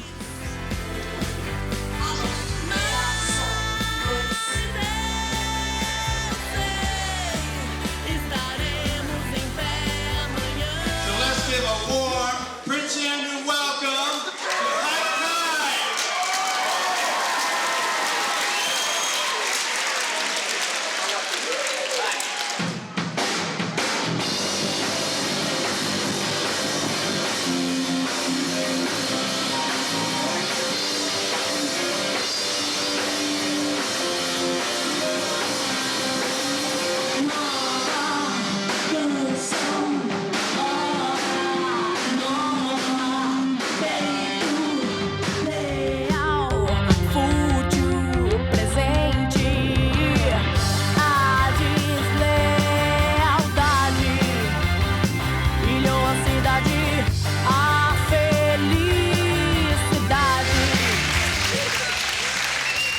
história da gente vir para o Canadá começou quando a gente descobriu que o Ministério da Cultura tinha a possibilidade de financiar projetos no exterior para grupos de música brasileira. A gente só dizia que a gente precisava de um convite para poder mandar e fazer um projeto. A gente entrou em contato com uma empresa de intercâmbios para ver se eles conheciam alguém que tivesse interesse em abraçar o nosso projeto. Meeting Haikai was a very interesting experience. We were in Sorocaba with Just Intercambios, getting ready for a presentation to interested students and their parents. And Haikai, the band, who we didn't know before this, contacted Just Intercambios because they heard some advertisements on the radio that they were doing, announcing that we were going to make a presentation. So we went the night of the presentation to students and parents, and there in the lobby, before you went into the room, was this rock band, Haikai. They were playing very good music. We loved their music, and then Just Intercambios made the introduction, introduced us. O Dan e o Paul, que estavam lá no dia no nosso Pocket Show, eles se impressionaram bastante primeiro quando eles ouviram o CD. A gente primeiro colocou o CD para eles ouvirem. Porque, obviamente, a gente não tava com todo o equipamento lá para tocar e a gente ia tocar bem mais baixo. Levamos um material explicando o espetáculo, explicando a proposta do que a gente poderia levar para eles. Eles também deram a contrapartida deles do que eles esperavam que a gente poderia oferecer para os alunos. Explicamos todo o projeto de intercâmbio de difusão cultural, que o governo do Brasil iria ajudar e tal. We said, man, these are very nice people. We would really like to help them out. So we did. When we got back, we discussed it with the other people that are here in Nova Scotia. Everybody was very excited to invite them, and so we then did the paperwork, the formal invitation to invite them here. E eles curtiram pra caramba o nosso projeto, queriam que a gente viesse tocar em 100 escolas, que são 100 escolas que tem aqui na província de Nova Escócia, né? Eles queriam que a gente viesse tocar nas 100, só que claro que a gente ia ficar aqui, sei lá, 5 meses. Daí a gente falou, olha, a gente tem 1 mês, o que a gente pode fazer nesse 1 mês? Aí eles montaram uma agenda para nós e enviaram um convite. Aí a gente escreveu um projeto para o Ministério da Cultura, conseguiu a verba para viajar e veio. Not only do they play rock music and are able to perform those, but also that they could put workshops on detailing the development of Brazilian music, Brazilian popular music from over 100 years ago. And then they also were telling us, of course, we were curious about their name, the name of the group, Haikai, that they, it's the Portuguese word for haiku, which we are familiar with as Japanese 3-line poetry. And they said they could also do workshops in our English language classes on that form of poetry. I was nervous at the start because, you know, you can tell people what something is like, but until it actually happens, it's still a bit unknown. I think how we set it up was very fortunate. We went to a school that had a music teacher, the very first school, that was very open and welcoming. You just met the band, okay, the manager, the videographer. So, welcome to Dartmouth High. They put on a great show, lots of energy. Once again, I think the students that weren't involved in the workshop thought it was going to be another Carnival sort of thing, and were just completely surprised it was a modern rock band. Haikai. Pela longa estrada dessa manhã, penso no que vou fazer quando o sonho acabar. And after the show, I think there were, rock stars signing autographs for probably an hour. It was so nice that the Haikai stayed behind to actually meet with the students and talk to the ones who didn't have a chance to see them in the workshops. We used that very first school as a model for the rest of the schools, and then once it went out to the other schools, I was actually very surprised at how welcoming and how excited not only the students but also the staff in the schools were to have this performance. We have a student ensemble musical group from southern Brazil. It's called Haikai. They're from Sorocaba, Sao Paulo. O primeiro show que a gente fez na escola aqui foi loucura, porque a gente não sabia o que esperar. A gente não sabia que equipamento que ia ter. E foi num ginásio de esportes que eles jogam, tem aula de educação física deles aqui.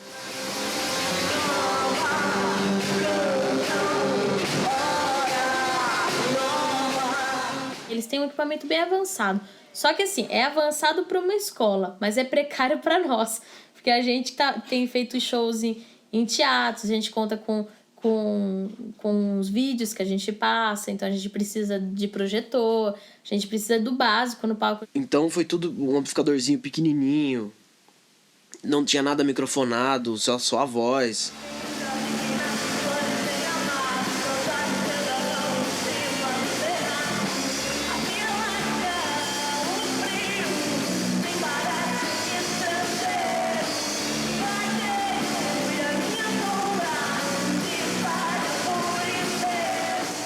O público reagiu muito bem, assim. Todo mundo gostou, o som não tava tão ruim. Até que tava bom pelo que a gente tinha lá. Esse foi o set de guitarra do primeiro show. Fraco. Quer dizer, não de qualidade, fraco de potência. Mas deu pra fazer. Os primeiros 10 dias estão sendo meio... Na verdade, a gente tá meio incerto ainda, né? Arrumar o lugar, a host family, a gente conseguiu, tipo, uns 3 dias depois que a gente chegou. It's Canada. It's cold, it's snowing. There's polar bears chasing them all around the city. And they're lucky that they survived the night because they slept in an igloo, the snow house, and the hunters went after them. We're hungry up here. True. Very true story. A reação do público no nosso show tá sendo ótima. Eu acho que eles não estavam esperando. Eles achavam que a gente ia lá tocar samba pra eles. Teve uma escola que pediram, como que é? Michel Teló pra nós. Então, assim, não era o que eles esperavam, mas é melhor do que eles esperavam, eu acho, né? Porque a reação deles foi muito positiva. O pessoal gosta mesmo, o pessoal comprou CD, eles compram CD depois do show. Eles vêm tirar foto, pedem autógrafo.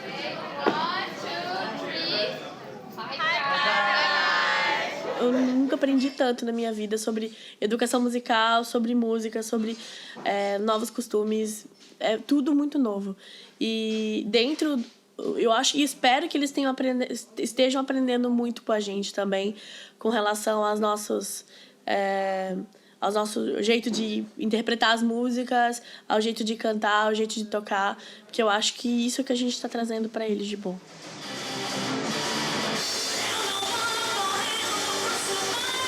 Ele tocou numa escola alguns dias aí e foi num teatro enorme dentro da escola, assim, um negócio incrível. E todo mundo gritou, todo mundo aplaudiu, foi legal pra caramba. Até um cara subiu no palco depois pra dançar junto, foi muito engraçado.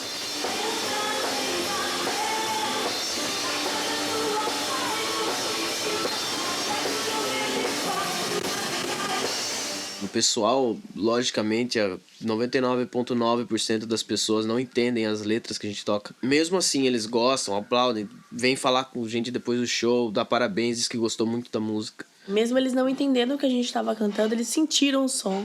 Eles sentiram o que os vídeos queriam dizer. Significa que o som da banda é completo, assim, não depende só da letra, não depende só da música. Também me fez chorar, você me perdeu distraído e não consegue ver. E a gente tá fazendo um esquema assim, dos dias de semana a gente faz todos os dias 1 ou 2 shows, palestras, e à noite a gente vai pra fuçar a cidade, conhecer os músicos. A gente já foi a alguns pubs, viu como é que rola a música aqui, fez alguns contatos. Então eles recebem muito bem os brasileiros, eles adoram os brasileiros.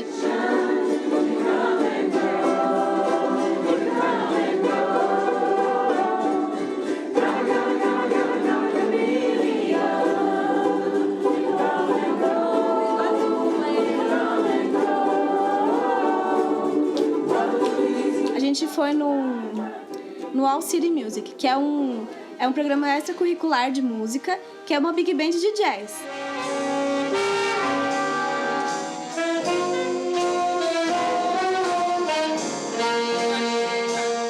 Eles saem da escola, estudam de manhã, à tarde eles vão pra lá estudar também música.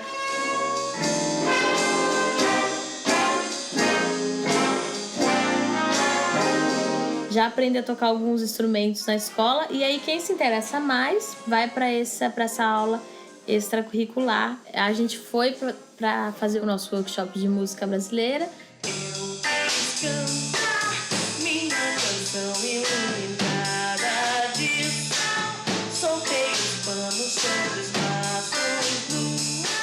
We just had this great Brazilian group called Haikai who came and performed with our jazz band, and I believe our jazz band played for them as well. And that was an exciting exchange of ideas and events. Last year, we brought in some jazz musicians who worked with our jazz band. We try to expose the kids to top names as much as we can, and we're really happy to do that because it's not something that the schools can usually fit in their schedule or afford to bring them in. So many different things in Brazil. And these guys, they tell a story in the samba, and this is the samba you hear when you see those big parades in Brazil. It's like for 1 hour and a half, they keep playing the same samba enredo. I was really fortunate to have been to Dartmouth High School when Haikai did their workshop for the band students, and it was really excellent. I learned a lot. It's something I would never have studied, specifically Brazilian music. The kids were very interested. They had some really good questions to ask and were very attentive through the whole thing. And to bring it to our jazz band, these are probably rhythms that they may have tried to explore, but it's really hard to be authentic if you're not hearing it from the source.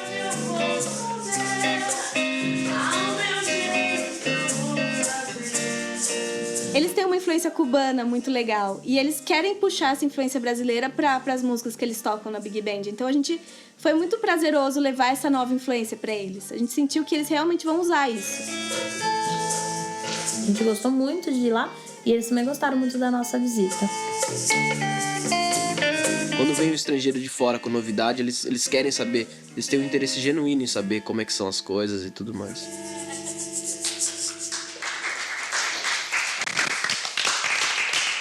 Nos workshops eu que tô falando mais, assim, porque é por causa da língua, né, da questão do inglês. Eu não sei, acho que sou um dos que fala melhor aqui. Na banda também a gente mostrou vários estilos de música brasileira pra eles, etc. E os caras gostaram, dá pra ver na reação deles que eles gostaram bastante. Hoje eu quero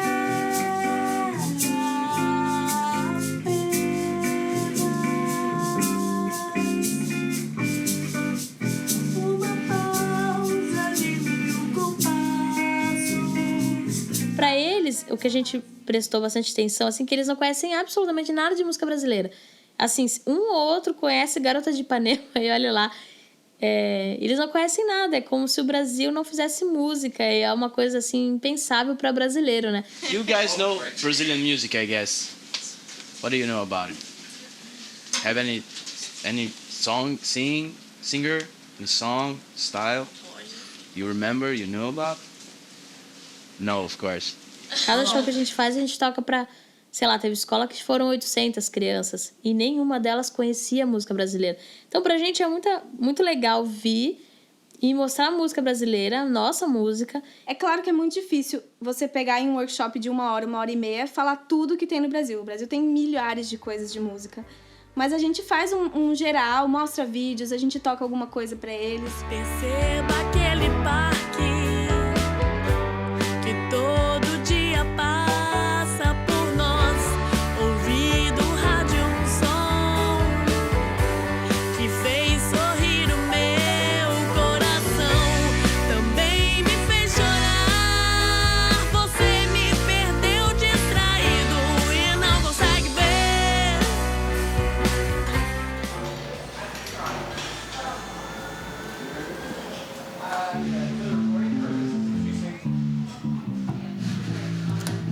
SPOT is a program for young people under 30 who, people who live with mental illness and people who don't live with mental illness, to come together to make art and music. The director of my organization, she and some community members and families of people who have mental illness kind of came together and said, you know, we need something to engage our kids, we need something to engage young people who wouldn't necessarily access traditional mental health services, but, you know, who might need help or might just need somewhere to go, someplace to be. So there's a tradition how we start our nights at the SPOT.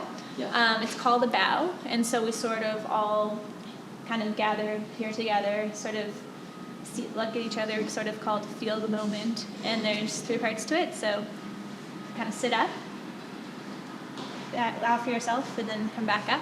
There's no religious significance to it at all. It's just sort of a gesture to say hello and welcome to everybody. Like, we all have this shared interest, music and art, so why don't we just come together and do this together? And it doesn't matter who you are, what's going on in your life, you can come, sit down, make some artwork, make some music, and we'll all just do it together.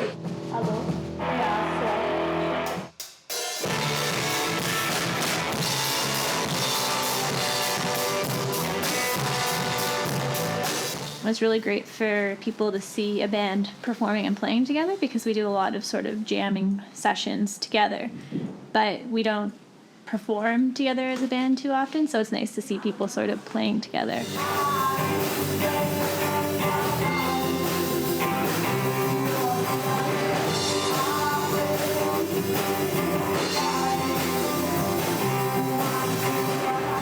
It was a really great experience because it's sort of, we learned a bit about different types of music that we don't normally experience or necessarily talk about as much. In Brazil, we have people living everywhere. So you have every kind of racial mixtures and every kind of influence. I'm gonna show you just a few examples of our music. And I started with acoustic guitar and iron strings. As a rock band, those you guys know, American and English, Canadian rock. The first style of music that we can say that is truly Brazilian is what we call choro. Someone playing the bandoline sounds like a cry, sounds like someone is crying. The melodies on this song is with the bandoline. And also an instrument we call cavaquinho, but you can also have a clarinet doing the melodies. The next genre that is really Brazilian, and I think you guys probably know this one, is samba. They started to incorporate their own culture, their African roots into the music. This is the basic. Also known as Brazilian samba and American jazz.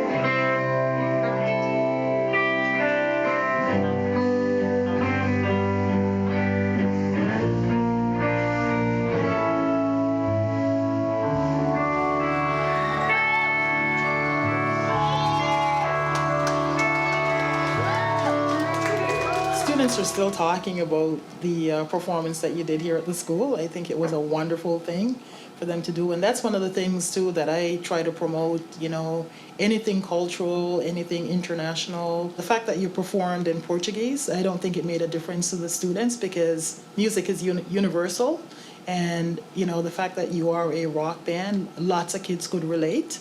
So even though they may not have understood the words, you know, the lyrics, whatever, you know, I think they felt, you know, the energy that you projected from the stage. I think that was a good opportunity for the students to see that, yes, music is universal.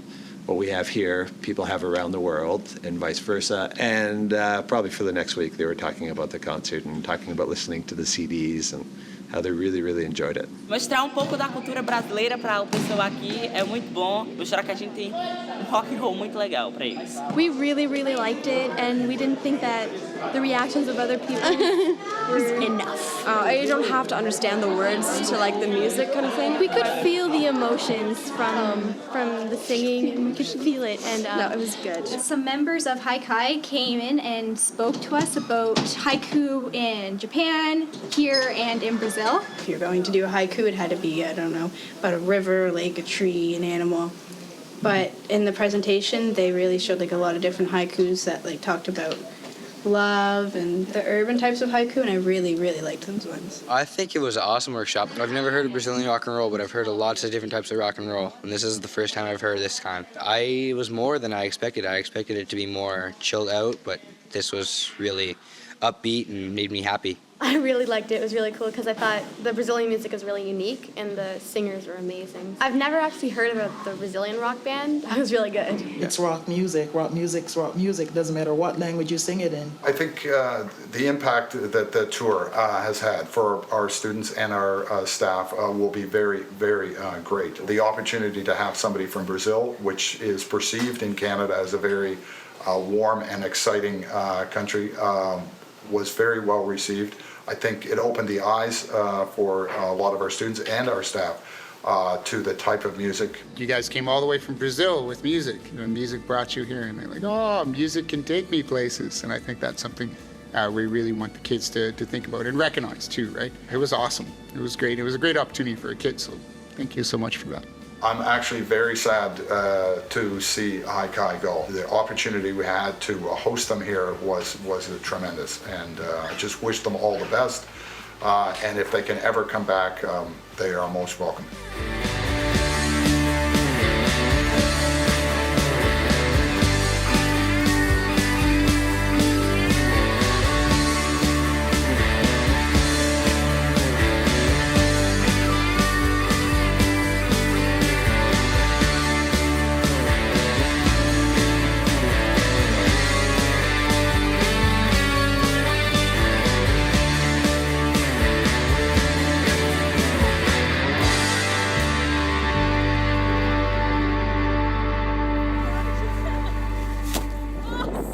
Acho que a nossa experiência no Canadá foi um divisor de águas, porque ampliou a nossa visão de mundo, assim. Musical, a gente aprendeu muita coisa lá também. Então. Foda. Não precisa ser mais nada, é só uma palavra mesmo. Foi ótimo. A gente aprendeu muito, cresceu muito, até conviveu mais. A experiência no Canadá foi singular. O que a gente viveu ali, não sei se a gente conseguiria viver hoje. Foi ali, aquele momento. Foi maravilhoso. A experiência do Canadá, para mim, foi ótima em 2 níveis. O profissional, porque a gente foi lá e muitas pessoas gostaram da nossa música, sem conhecer nada, nem do que a gente estava falando. E pessoal, porque sempre conhecer uma cultura nova é interessante, né? Estando aberto a ela. A nossa música, ela atinge as pessoas, mesmo quando elas não entendem a letra. Ela atinge de alguma forma, as pessoas conseguem entender essas músicas. A gente está conseguindo passar sentimento. A volta pro Brasil foi um inferno, porque a gente chegou em São Paulo, estava 42 graus. E a gente estava chegando de Toronto, que estava -3. Então, com blusa, calça, e tava quente pra caramba. Foi uma depressão. É muito difícil trabalhar com cultura aqui. É muito difícil ser músico no Brasil. É muito difícil. E a gente só percebe isso quando a gente vai para fora. Quando a gente vai e tem uma receptividade como a gente teve lá. E fora as outras coisas, né, gente? Incentivo de cultura, incentivo à cultura, a qualidade de educação. A gente viu tanta coisa lá que quando a gente volta, na questão pessoal, dá um baque bem grande, né? Assim, a gente olha e fala, poxa, temos tanto ainda para andar aqui. Até o ritmo de vida era diferente lá. A gente estava na correria, fazendo 2 shows por dia, às vezes, e palestra e não sei o quê. Durante o dia, tava todo mundo naquele ritmo diferente, sabe? As pessoas estavam num ritmo meio, oi, calma, vamos lá, vamos montar. Aqui, não. A gente vive num ritmo frenético, assim, que me incomoda um pouco.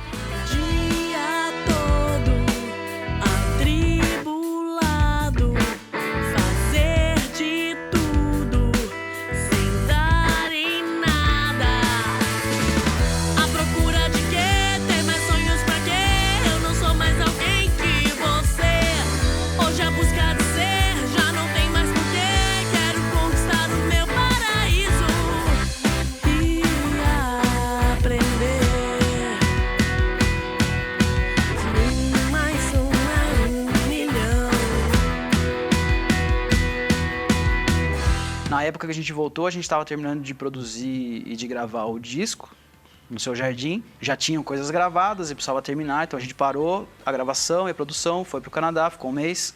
Quando voltou, eu simplesmente retomei a produção do disco. Quando a gente terminou o disco, a gente percebeu, tá, e agora? Não tem mais rádio para tocar, não tem lugar para divulgar, o que a gente faz com isso? E aí acaba que você perde espaço. Eu estava muito empolgada, eu acho que eu estava até ansiosa demais para continuar, qual é o próximo passo, sabe? Só que foi uma decepção muito grande encontrar o cenário cultural da cidade, da região, de São Paulo, do país, enfim, desmotivado a fazer shows com músicas autorais, com bandas novas e tal. Temos mais que os olhos sabem ver, e que a vaidade nos permita que nossas mãos possam se tocar na verdadeira lógica da vida. Quando eles voltaram de lá, eles fizeram um show no Estúdio de Vidro, no shopping Itavuvu. Fui. Aí comecei a conversar com o pessoal. Eu carrego a minha pasta sempre comigo. E aí a TT falou assim, essa aqui é a fã número 1 da banda. E ela falou, você acompanhou a gente quando a gente foi pro Canadá. Porque na minha pasta tem a foto deles quando eles estavam no Canadá. Eu falei, gente, acompanhei, desesperadamente. E aí depois desse tempo, de novo, ficamos mais um grande tempo sem notícia, de Haikai, sem nada. E aí eu já tava com os meus 14 anos. Tenho a chance de, tipo, conversar um pouco mais, entender um pouco mais, descobrir um pouco mais, porque eu não sou mais criança. E não tem Haikai. Eu vivi coisas maravilhosas, mas esse momento sem Haikai me doeu muito, muito, muito, muito. Estamos em 2022, eles foram pro Canadá em 2012, voltaram, vai fazer 10 anos sem Haikai. Todo dia eu me pergunto por quê das maluquices que a gente faz. Passo sem direção. E agora você passa e não me vê.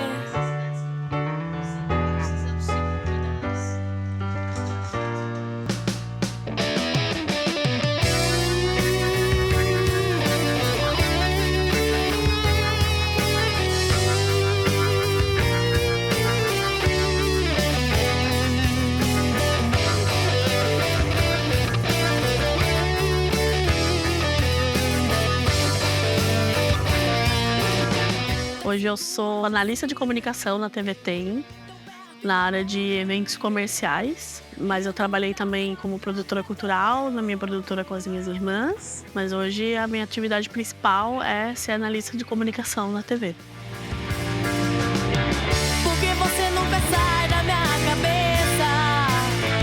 Hoje eu sou produtora cultural, eu tenho minha produtora, a Gávea Empreendimentos Culturais. E a gente escreve projetos para artistas e a gente gerencia os projetos dessas pessoas quando eles passam em algum edital ou lei de incentivo.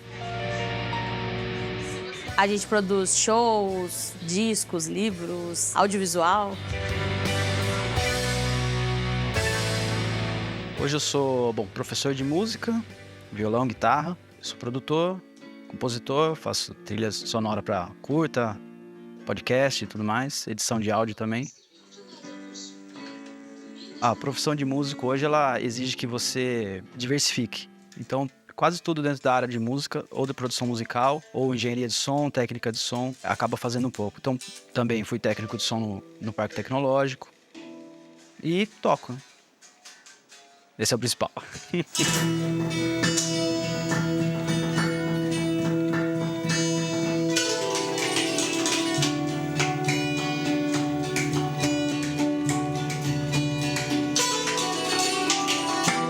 O fato delas não chegarem a explodir em nível nacional, eu acho que é um mistério.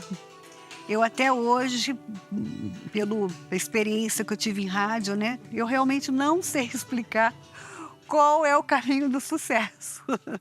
Porque é feito um trabalho todo com programação, com tudo, mas é sorte.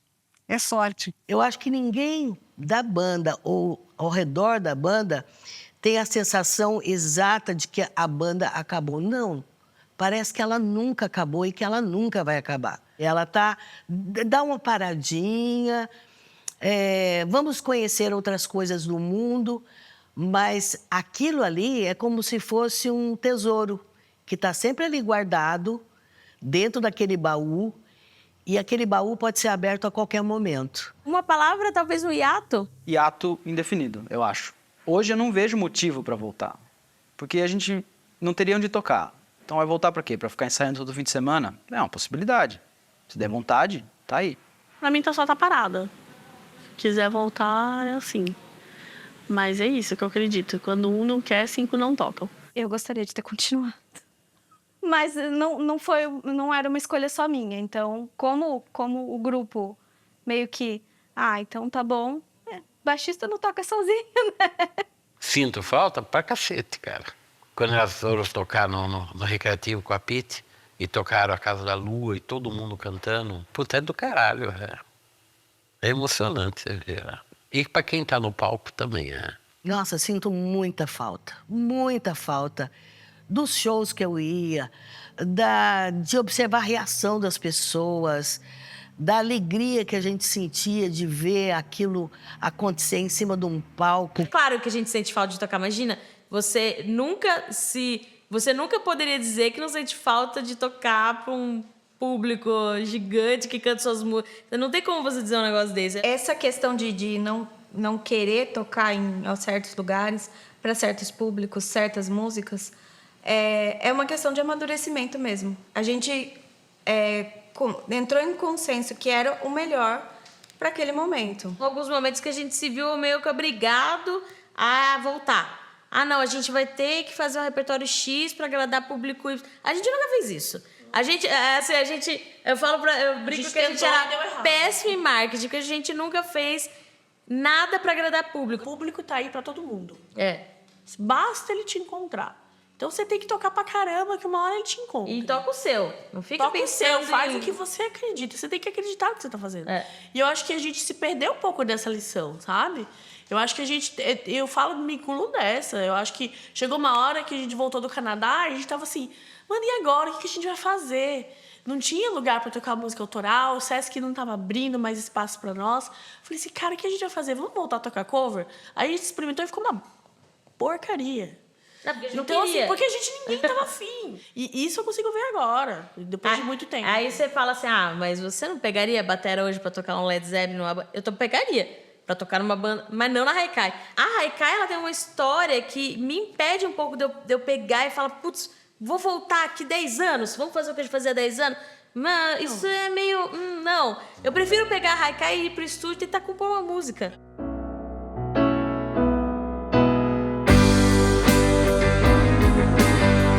Amanheço tarde no domingo e o teu sono indo pela longa estrada dessa manhã. Penso no que vou fazer quando o sonho acabar e a realidade olhar pra mim.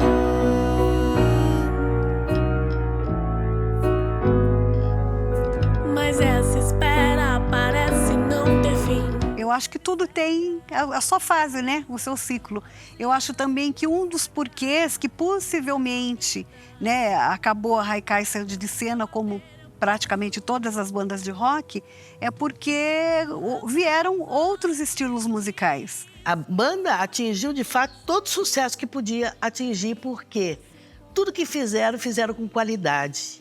E quem conheceu essa qualidade. Então, isso traz, assim, um orgulho pra gente de saber que muita gente apreciou, parou para ouvir. Eu lembro o quanto sensacional era pra mim estar no carro com os meus pais e, de repente, uma música da Haikai tocando.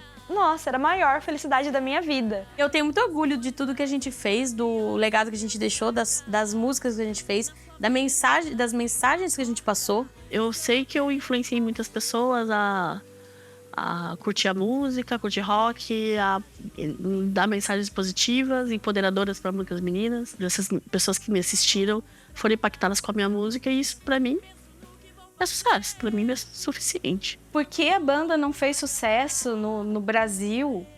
O que é sucesso? É sucesso nacional? A gente fez sucesso regional. Um dia que eu tava no carro, tava dando carona para um amigo, que eu tinha feito há pouco tempo. E aí ele soltou uma frase que eu achei muito bizarra. Ele falou, caramba, eu tô andando no carro com o guitarrista do Haikai. Eu acredito que o fim da banda não foi um fracasso, porque durou bastante. A gente durou mais que os Beatles. O que você fez? O que você deixou? Aquilo te dá orgulho? Você fez da forma como você queria? Quando você pôs pra ouvir, você falou, cara, é isso que eu queria ter feito mesmo e eu fiz. É isso daí. Eu acho que foi enorme para eles. Para mim foi, para eles eu acho que foi para todos. Para todos, definiu a vida deles. E com as frustrações, com as alegrias, com as conquistas pequenininhas que para eles era enorme. Pra gente era enorme, né? Então, menino tocando rock no Brasil, acho que em toda a América Latina não é fácil. Foi um período da juventude que vai marcar para sempre. Elas sempre terão histórias maravilhosas para contar. A gente não tem um plano de fazer nada nesse momento. Mas também a gente não... Se eu falar assim, a gente nunca mais vai fazer nada, já é mentira, já de cara. Eu acredito que a gente não tenha muito controle da vida, não. A gente nunca sabe o que pode acontecer. O rock sempre sobrevive. O rock não morre. Ele se esconde. Então daqui a pouco ele retorna, porque ele é necessário.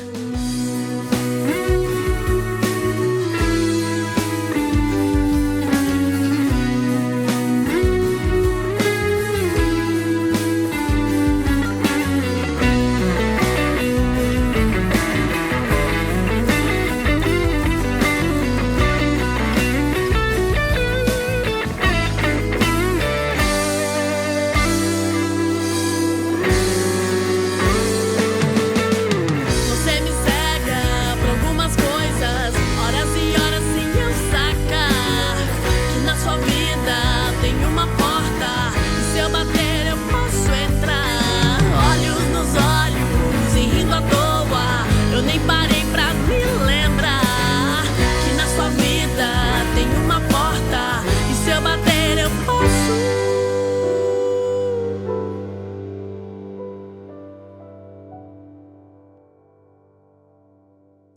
Tem mais alguma coisa que você gostaria de acrescentar? Uma mensagem?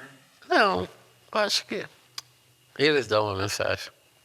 O Lucas pega o violão, a Tetê canta uma música.